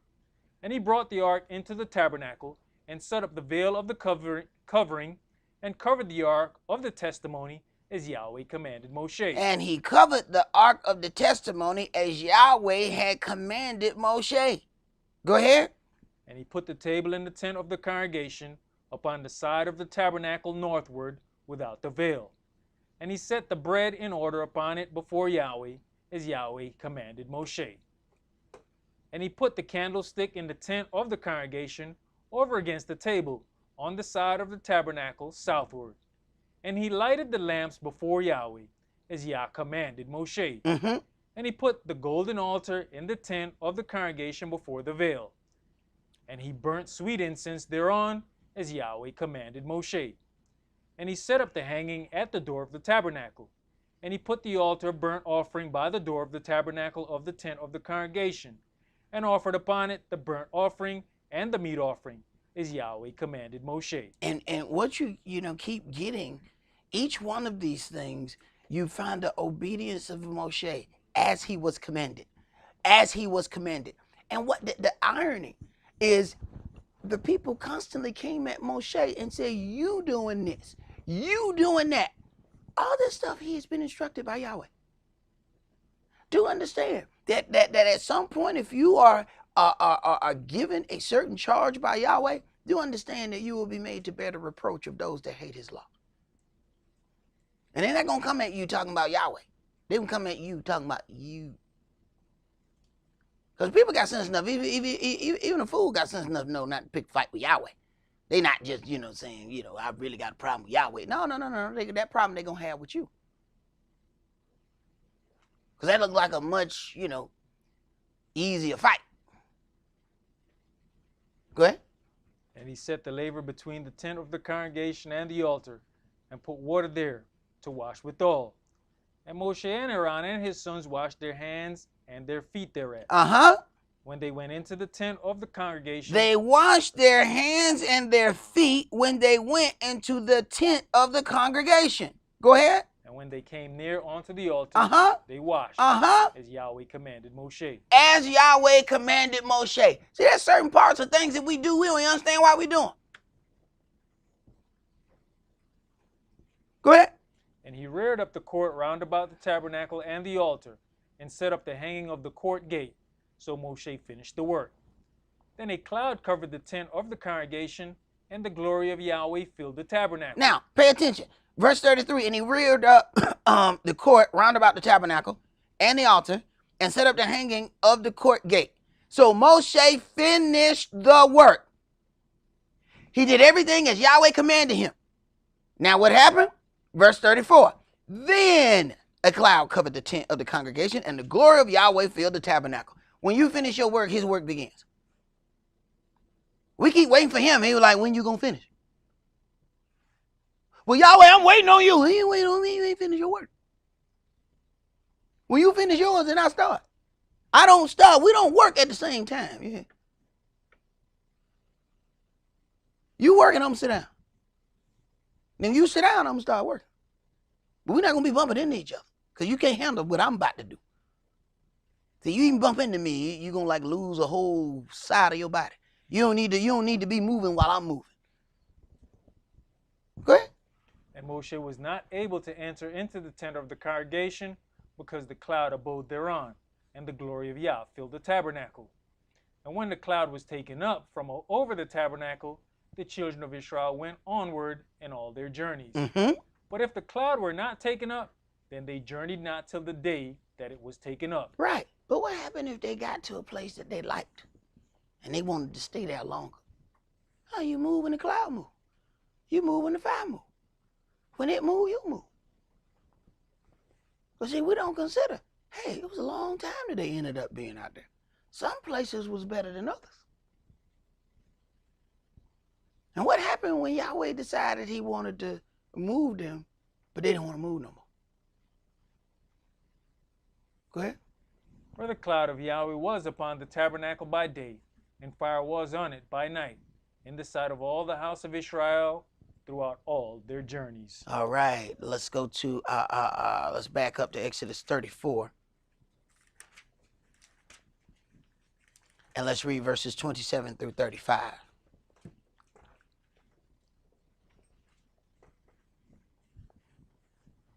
Verse 27. And Yahweh said unto Moshe, write you these words, for after the terror of these words I have made a covenant with you and with Israel. And he was there with Yahweh 40 days and 40 nights. He did neither eat bread nor drink water. And he wrote upon the tables the words of the covenant, the 10 commandments. Do you understand that the more he spends time with the spirit of Yahweh, he is being changed into a God. This is the kind of stuff that Hollywood movies is made of. See, what they do is they take your story, feed it back to you, and then we pay them $1 kajillion to do it. Somebody turning into a God. That's what you're reading right now. You're reading how he has spent time with Elohim, and now he is changing. He's no longer a normal man because of the time that he has spent with Yahweh. This is the spirit that he went to go get. The more time you spend with this spirit, the more it's going to alter and change you. Go ahead. And it came to pass, when Moshe came down from Mount Sinai with the 2 tables of testimony in Moshe's hand, when he came down from the mount, that Moshe knew not that the skin of his face shone while he talked with them. Now, you have to consider yourself. Consider something to yourself that how is he not able to know that he is starting to glow? See, when you're in the presence of a lot of other light, your little light don't show up. But when you go amongst people who ain't got no light, you are blinding them. You need to consider that. When we like to hang around these friends, and they don't have no light, and here you come all happy with your little light bright, and they like, we're going to kill him. You need to consider that. So he don't even know that he has changed, because what he has been around has been glorious. I mean, magnificent. Okay? So it ain't even like something that he can even deal with at that point until he comes out of that scenario and goes into another. Go ahead. And when Aaron and all the children of Israel saw Moshe, behold, the skin of his face shone, and they were afraid to come near him. Right. And Moshe called unto them, and Aaron and all the rulers of the congregation returned unto him, and Moshe talked with them. And afterward all the children of Israel came near, and he gave them in commandment all that Yah had spoken with him in Mount Sinai. Until Moshe had done speaking with them, he put a veil on his face. Because now, after he has spent time with Yahweh, his level of holiness has changed. He now has to put a veil to separate the holiness of him from them. Go ahead. But when Moshe went in before Yahweh to speak with him, he took the veil off, until he came out. And he came out, and spake unto the children of Israel that which he was commanded. Mm-hmm. And the children of Israel saw the face of Moshe, that the skin of Moshe's face shone. And Moshe put the veil upon his face again, until he went in to speak with him. Right. So then you have to look at something. When you deal with all of these holy vessels, they were covered with the veil. Moshe doesn't have the veil when he goes to speak to Yahweh. He has the veil when he's talking to them, not when he's talking to Yahweh. That's quite interesting. Let's go to 2 Corinthians chapter 3.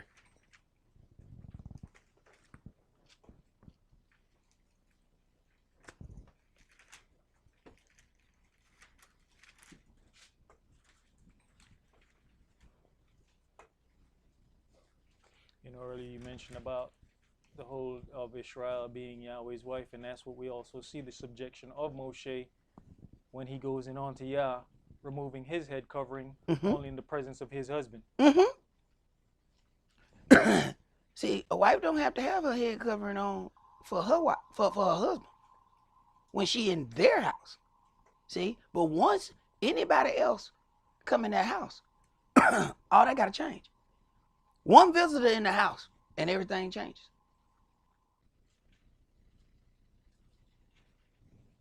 Second Corinthians chapter 3, and let's start at verse 1. Do we begin again to command ourselves, or need we, as some others, letters of commendation to you, or letters of commendation from you? You are our letters written in our hearts, known and read of all men. For as much as you are manifestly declared to be the letters of the Anointed One, ministered by us, written not with ink, but with the Spirit of the living El, not in tables of stone, but in fleshly tables of the heart. And so trust have we through the Anointed One to Elohimward. Not that we are sufficient in ourselves to think anything as of ourselves, but our sufficiency is of Elohim, who also has made us able ministers of the New Testament, not of the letter, but of the Spirit. For the letter kills, but the Spirit gives life. But if the ministration of death, written and engraven in stones, was glorious, so that the children of Israel could not steadfastly behold the face of Moshe for the glory of his countenance, which glory was to be done away, how shall not the ministration of the Spirit be rather glorious? For if the ministration of commendation be glory, much more does the ministration of righteousness exceed in glory. For if the ministration of condemnation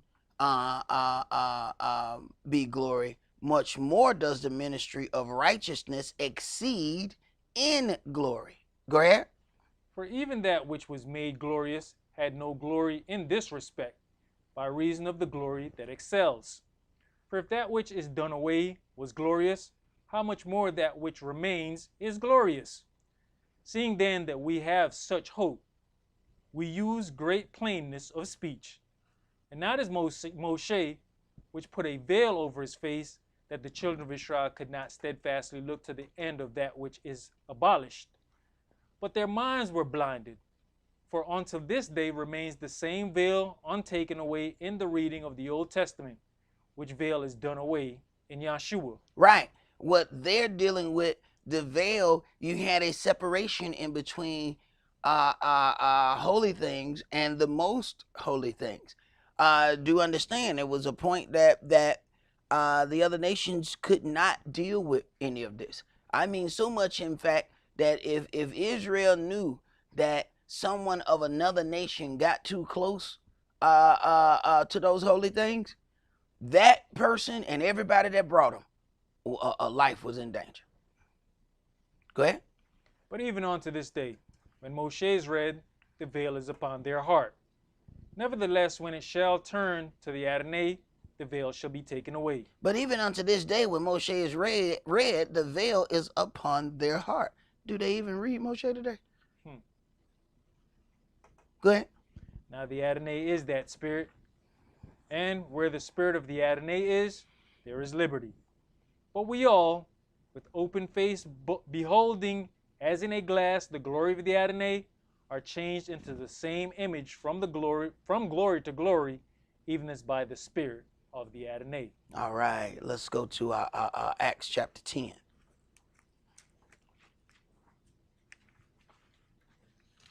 All right, we got one more reading after this. So if you got to go to the bathroom.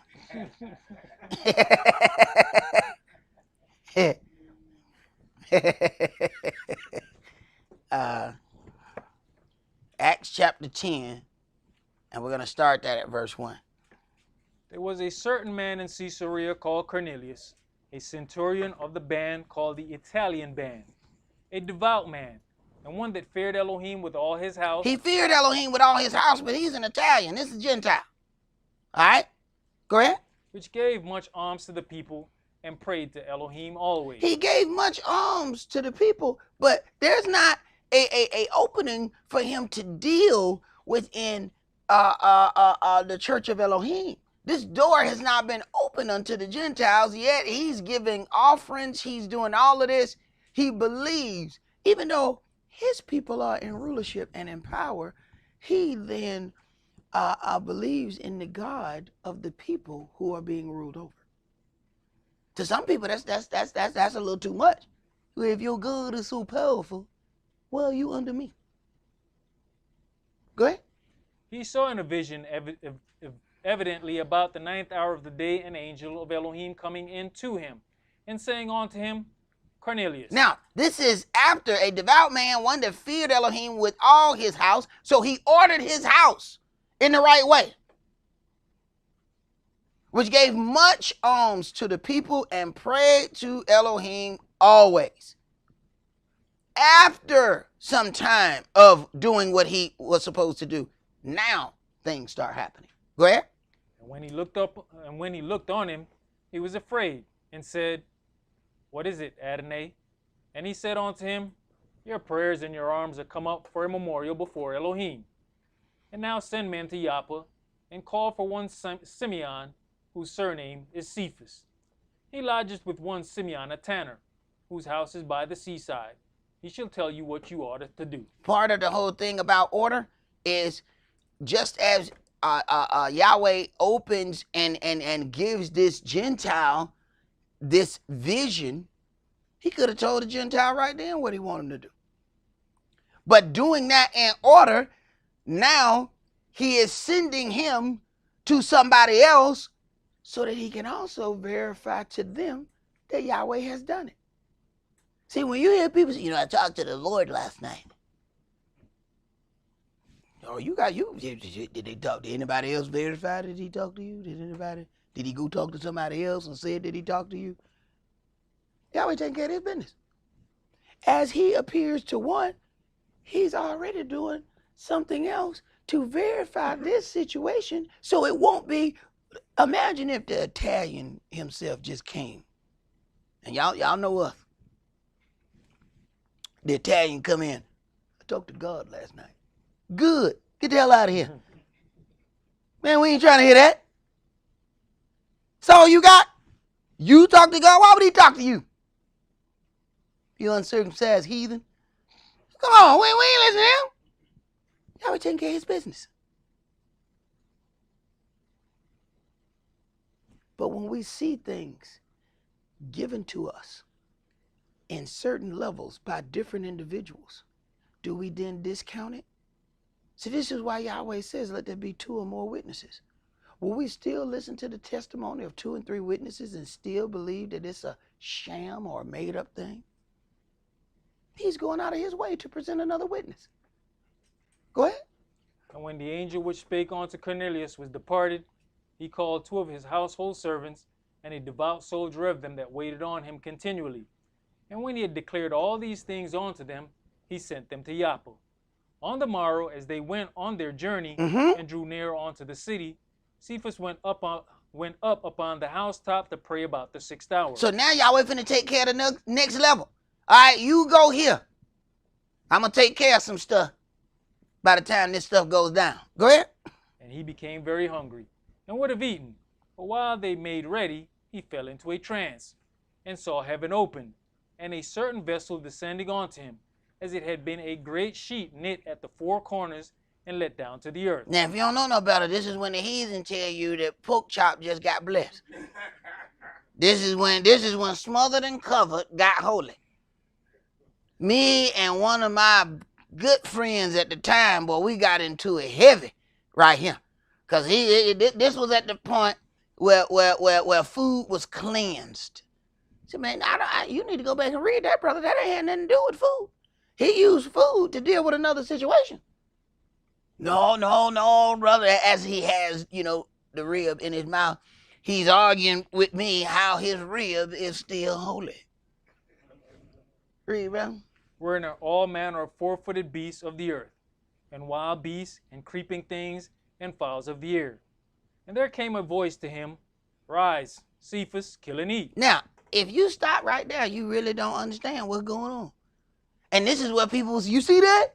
Oh, the four-footed beasts, the fowls, the creeping things. He said, Rise, Peter, kill and eat. Oh, he needed with barbecue sauce. You understand that, brother? No, man, hold on, man. You're going to need to keep reading. You're going to need to keep reading and keep your ribs on your plate. Because at this point, misery love company. People ain't figured that out yet.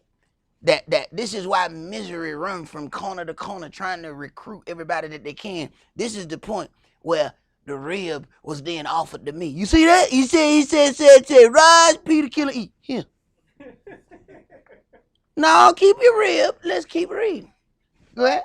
But Cephas said, Not so, Adonai, for I have never eaten anything that is common or unclean. And the voice spake unto him again the second time, What Elohim has cleansed, that call not you common. Now at this point, boy, he really believed he got me in a corner. See, what Elohim is clean, he cleansed this. They didn't have refrigerators, son. We got a Frigidaire. Keep reading. This was done 3 times, and the vessel was received up again into heaven. Right. Now, if you stop here, you still don't know where you're supposed to be in this situation. Go ahead. Now, while Cephas doubted in himself, Cephas doubted. So what happens if you stop at the wrong place? What happens if you don't finish the course? Go ahead. What this vision which he had seen should mean, behold, the men which were sent from Cornelius had made inquiry for Simeon's house, and stood before the gate. Right. So Yahweh got the timing of this thing perfect. Okay? So he done already came to the Gentile. He got the Gentile to move. Before the Gentile gets there, this man has now had this vision that he don't quite understand. And now the Gentile has made it to the gate. Go ahead. And called and asked whether Simeon, which was surnamed Cephas, were lodged there. While Cephas thought on the vision, the Spirit said unto him, Behold, 3 men seek you. Arise therefore, and get you down, and go with them, doubting nothing, for I have sent them. Now, this is the thing you got to deal with. Okay. While he thought on the vision, the Spirit says unto him, Behold, 3 men seek you. You know the Spirit didn't say nothing about the vision? Man, you got. See, sometimes we expect like the Spirit gonna spoon feed us. Hey, but come on, it's that baby, it's that is. Open up. The Spirit, yes, it is. That baby. There you go. You think Spirit's supposed to spoon feed you? He just had a vision. The Spirit shows up. Don't say nothing about the vision. Right. And Cephas went down to the men which were sent unto him from Cornelius, and said, Behold, I am he whom you seek. What is the cause wherefore you are come? And they said, Cornelius the centurion, a just man, and one that fears Elohim, and of good report among all the nation of the Yehudis, was warned from Elohim by an holy angel to send for you into his house, and to hear words of you. Then called he them in, and lodged them. And on the morrow Cephas went away with them, and certain brethren from Joppa accompanied him. And the morrow after they entered into Caesarea, and Cornelius waited for them, and had called together his kinsmen and near friends. And as Cephas was coming in, Cornelius met him, and fell down at his feet, and worshipped him. Now, verse 23, Then called he them in and lodged them, and on the morrow Cephas went away with them. There are certain situations where that would have been a great problem. You just gonna be in these people's place like that? They say ain't gonna rub off on you. Read. But Cephas took him up, saying, Stand up, I myself also am a man. And as he talked with him, he went in and found many that were come together. Mm-hmm. And he said unto them, You know how that it is an unlawful thing for a man that is a Yehudi to keep company or come on to one of another nation? But Elohim, check that out. And he said unto them, you know how that it is an unlawful thing for a man that is a Yehudi to keep company or come unto one of another nation. There's some people in Israel that still deal like that. So they stuck. They stuck right there. Because see, they can probably go and tell you the exact law. What that is, what he's talking about. Go ahead. But Elohim has showed me that I should not call any man common or unclean. Any man common or unclean. Not the food. See, if you don't get all the way down to this part, somebody done convinced you to eat that pork chop. And you really wanted to eat that pork chop anyway. You know what I'm saying? So it didn't take that much for you to do it. Yeah, if you smother and cover it, I'll go ahead and eat it. Right. You wanted to anyway. Go ahead, bro. Therefore I came unto you without gainsaying, as soon as I was sent for. I asked therefore, for what intent you have sent for me? And Cornelius said, 4 days ago I was fasting until this hour. And at the 9th hour I prayed in my house, and behold, a man stood before me in bright clothing. Now, consider this. He was praying and fasting. And then he looked up and saw a man in bright clothing. Some of us would have already been out the window at this point. He said, brother, what happened? You talking about after I jumped out the window? Or before? Because I was praying, I looked up, there was a man in bright clothing. I was out of there. Keisha had to come get me. I was down the street at Paul's house.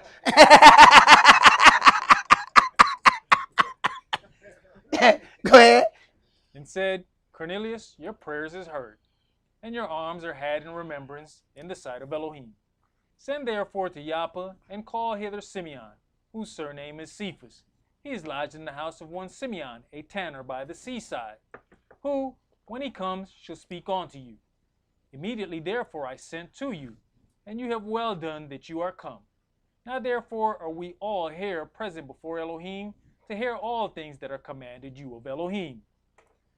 Then Cephas opened his mouth and said, Of a truth, I perceive that Elohim is no respecter of persons, but in every nation, he that fears him and works righteousness is accepted with him. This is why I have no idea how much hate mail I get for saying Israel in the spirit and things of that nature. Because you have people who, you know the one bookers don't deal with this. But then you have people who say that they believe in Yahshua and that they deal with the Old Testament and the New Testament, but they still have a problem with that part right there. And somehow they believe that if they come and say enough ugly things on the email, that it's going to change, how we deal with it. They think if they put enough thumbs down on the video, I'll be somehow persuaded. So you got a finger? I got one too. I ain't gonna show that one. Go ahead. Go ahead, bro. The word which Elohim sent on to the children of Israel, preaching peace by Yahshua HaMashiach, he is Adonai of all. That word, I say, you know, which was published throughout all Judea and began from Galilee after the baptism which Yohanan preached. How Elohim anointed Yahshua of Nazareth with the Holy Spirit and with power, who went about doing good and healing all that were oppressed of the devil, for Elohim was with him. And we are witnesses of all things which he did both in the land of the Yehudis and in Jerusalem, whom they slew and hanged on a tree. Uh-huh. Him Elohim raised up the third day and showed him openly, not to all people, but unto witnesses chosen before of Elohim, even to us, who did eat and drink with him after he rose from the dead. And he commanded us to preach unto the people, and to testify that it is he which was ordained of Elohim to be the judge of quick and dead. To him give all the prophets witness, that through his name whosoever believes in him shall receive remission of sins. Uh-huh. While Cephas yet spake these words, the Holy Spirit fell on all them which heard the word. Uh-huh. And they of the circumcision which believed were astonished. Right. So now you have they of the circumcision. These are the children of Israel. The uncircumcision are the Gentiles. So now Yahweh has to make a situation. He has to present a situation so that Israel understands that the Gentiles have been engrafted into this tree. See, it is written, he says, Yahweh won't do anything unless he tell his servants, the prophets, first. So he knows that he has to deal with Israel because Israel has had instructions. What did he say? You know how it is an unlawful thing for a man that is a Jew to keep company with them of another nation. So if he changes this, can he change this privately? No, he's got to have a public situation so that Israel knows that this is how this is going to be dealt with from here on. Go ahead. And they of the circumcision which believed were astonished, as many as came with Cephas, because that on the Gentiles also was poured out the gift of the Holy Spirit. Right. Now, which is interesting in itself, because in our dealings, you're going to find that our people had to be baptized first. Then hands was laid on them. Then they received the Holy Spirit. So that Yahweh can explain that these people are grafted in, they are receiving the Holy Spirit first. Different order. Same thing you're going to read when you go in Romans 2. The way Israel attains unto their salvation is not the same way the Gentiles attain unto their salvation. And if somebody's teaching you one size fits all, somebody going to slip and land in that lake of fire. Go ahead. For they heard them speak in different languages, and magnified Elohim. Then answered Cephas, Can any man forbid water, that these should not be baptized? Check that out. When our people had not heard of the Holy Spirit, the first thing that the brother asked, he said, well, tell me about your baptism. He said, well, we received Yohanan's baptism. He said, Yohanan's baptism was a baptism about remission of sins. It's being baptized in the name of Yahshua that gives you the opportunity of the Holy Spirit and remission of sins. So here it is. The Gentiles have now received the Holy Spirit, but they have not gotten baptized. He's doing this to prove to Israel that they can get their baptism. Then they will be held by the same things that we held by. After they get their baptism, then hands are laid, then they receive the Holy Spirit. Don't think that that's going to keep happening. This is something he's doing to explain so that Israel, because Israel sitting there with swords drawn now. Israel, hey. He got to do some things. Israel is about to strike. Go ahead. Can any man forbid water, that these should not be baptized, which have received the Holy Spirit as well as we? Uh-huh. And he commanded them to be baptized in the name of the Adonai. Then prayed they him to tarry certain days. So then they got the same baptism that the other people had, the baptism in the name of Yahshua. But the Spirit had to be shown in a different order so that Israel wouldn't go against it, because we would have revolted right at the baptism. How they getting the baptism? They don't need to be in that water. We doing that? So Yahweh know his people. In the beginning, it says that let a man deal with his wife according to knowledge, according to what you know. Every person is different. Are you dealing with your situation according to knowledge? knowledge means you understand what has happened in the past. You understand why that person thinks the way that they think. You understand certain things. Are you dealing with that according to knowledge? Because if you're dealing with it according to feelings, I can tell you, you're not going to win. But let us hit a conclusion of this matter. Let's go to Leviticus chapter 20.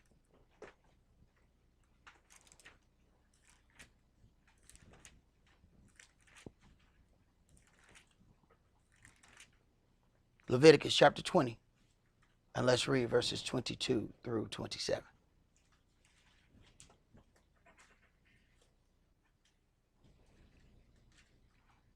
Verse 22. You shall therefore keep all my statutes and all my judgments and do them, that the land, whether I bring you to dwell therein, spew you not out.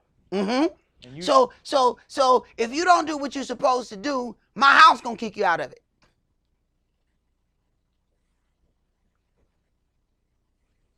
But I ain't got to do it. It's gonna do it. You came forth out of the earth. It is a living entity.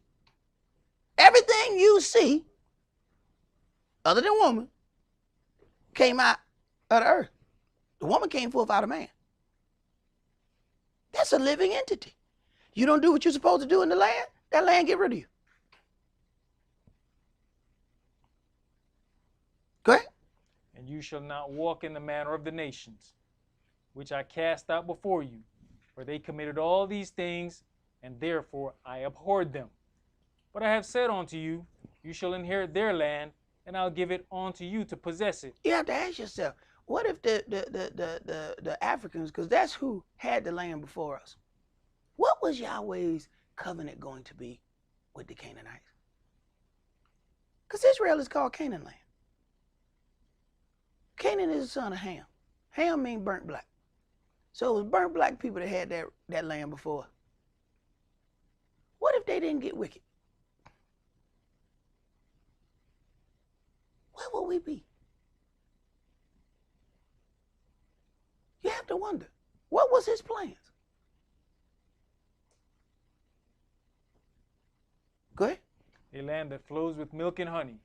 I am Yahweh your El, which have separated you from other people. You shall therefore put differences. What he's saying? I am Yahweh your Elohim, which have separated you from other people. So when he says, you know how it is an unlawful thing for a man that is a Yehudi to keep stay in the presence of somebody from another nation. What? It's in the book. But then you have to go back to what Yahshua says. How readeth you the law? What so says the law, and how do you read it? Because if you're still stuck right there, you can then go back and present this law, but you then can't present the change where Yahshua went on another level. See, that's where your job come in. When the one booker run up to you with that line, then you one up the one booker with the other book. See, yeah. He not only mentions this, then he goes on top of that. But if you don't know to go there, the one booker got you when he get right here. See, the one booker got you because you don't have no answer. Go ahead. You should therefore put difference between clean beasts and unclean, and between unclean fowls and clean. And you shall not make your souls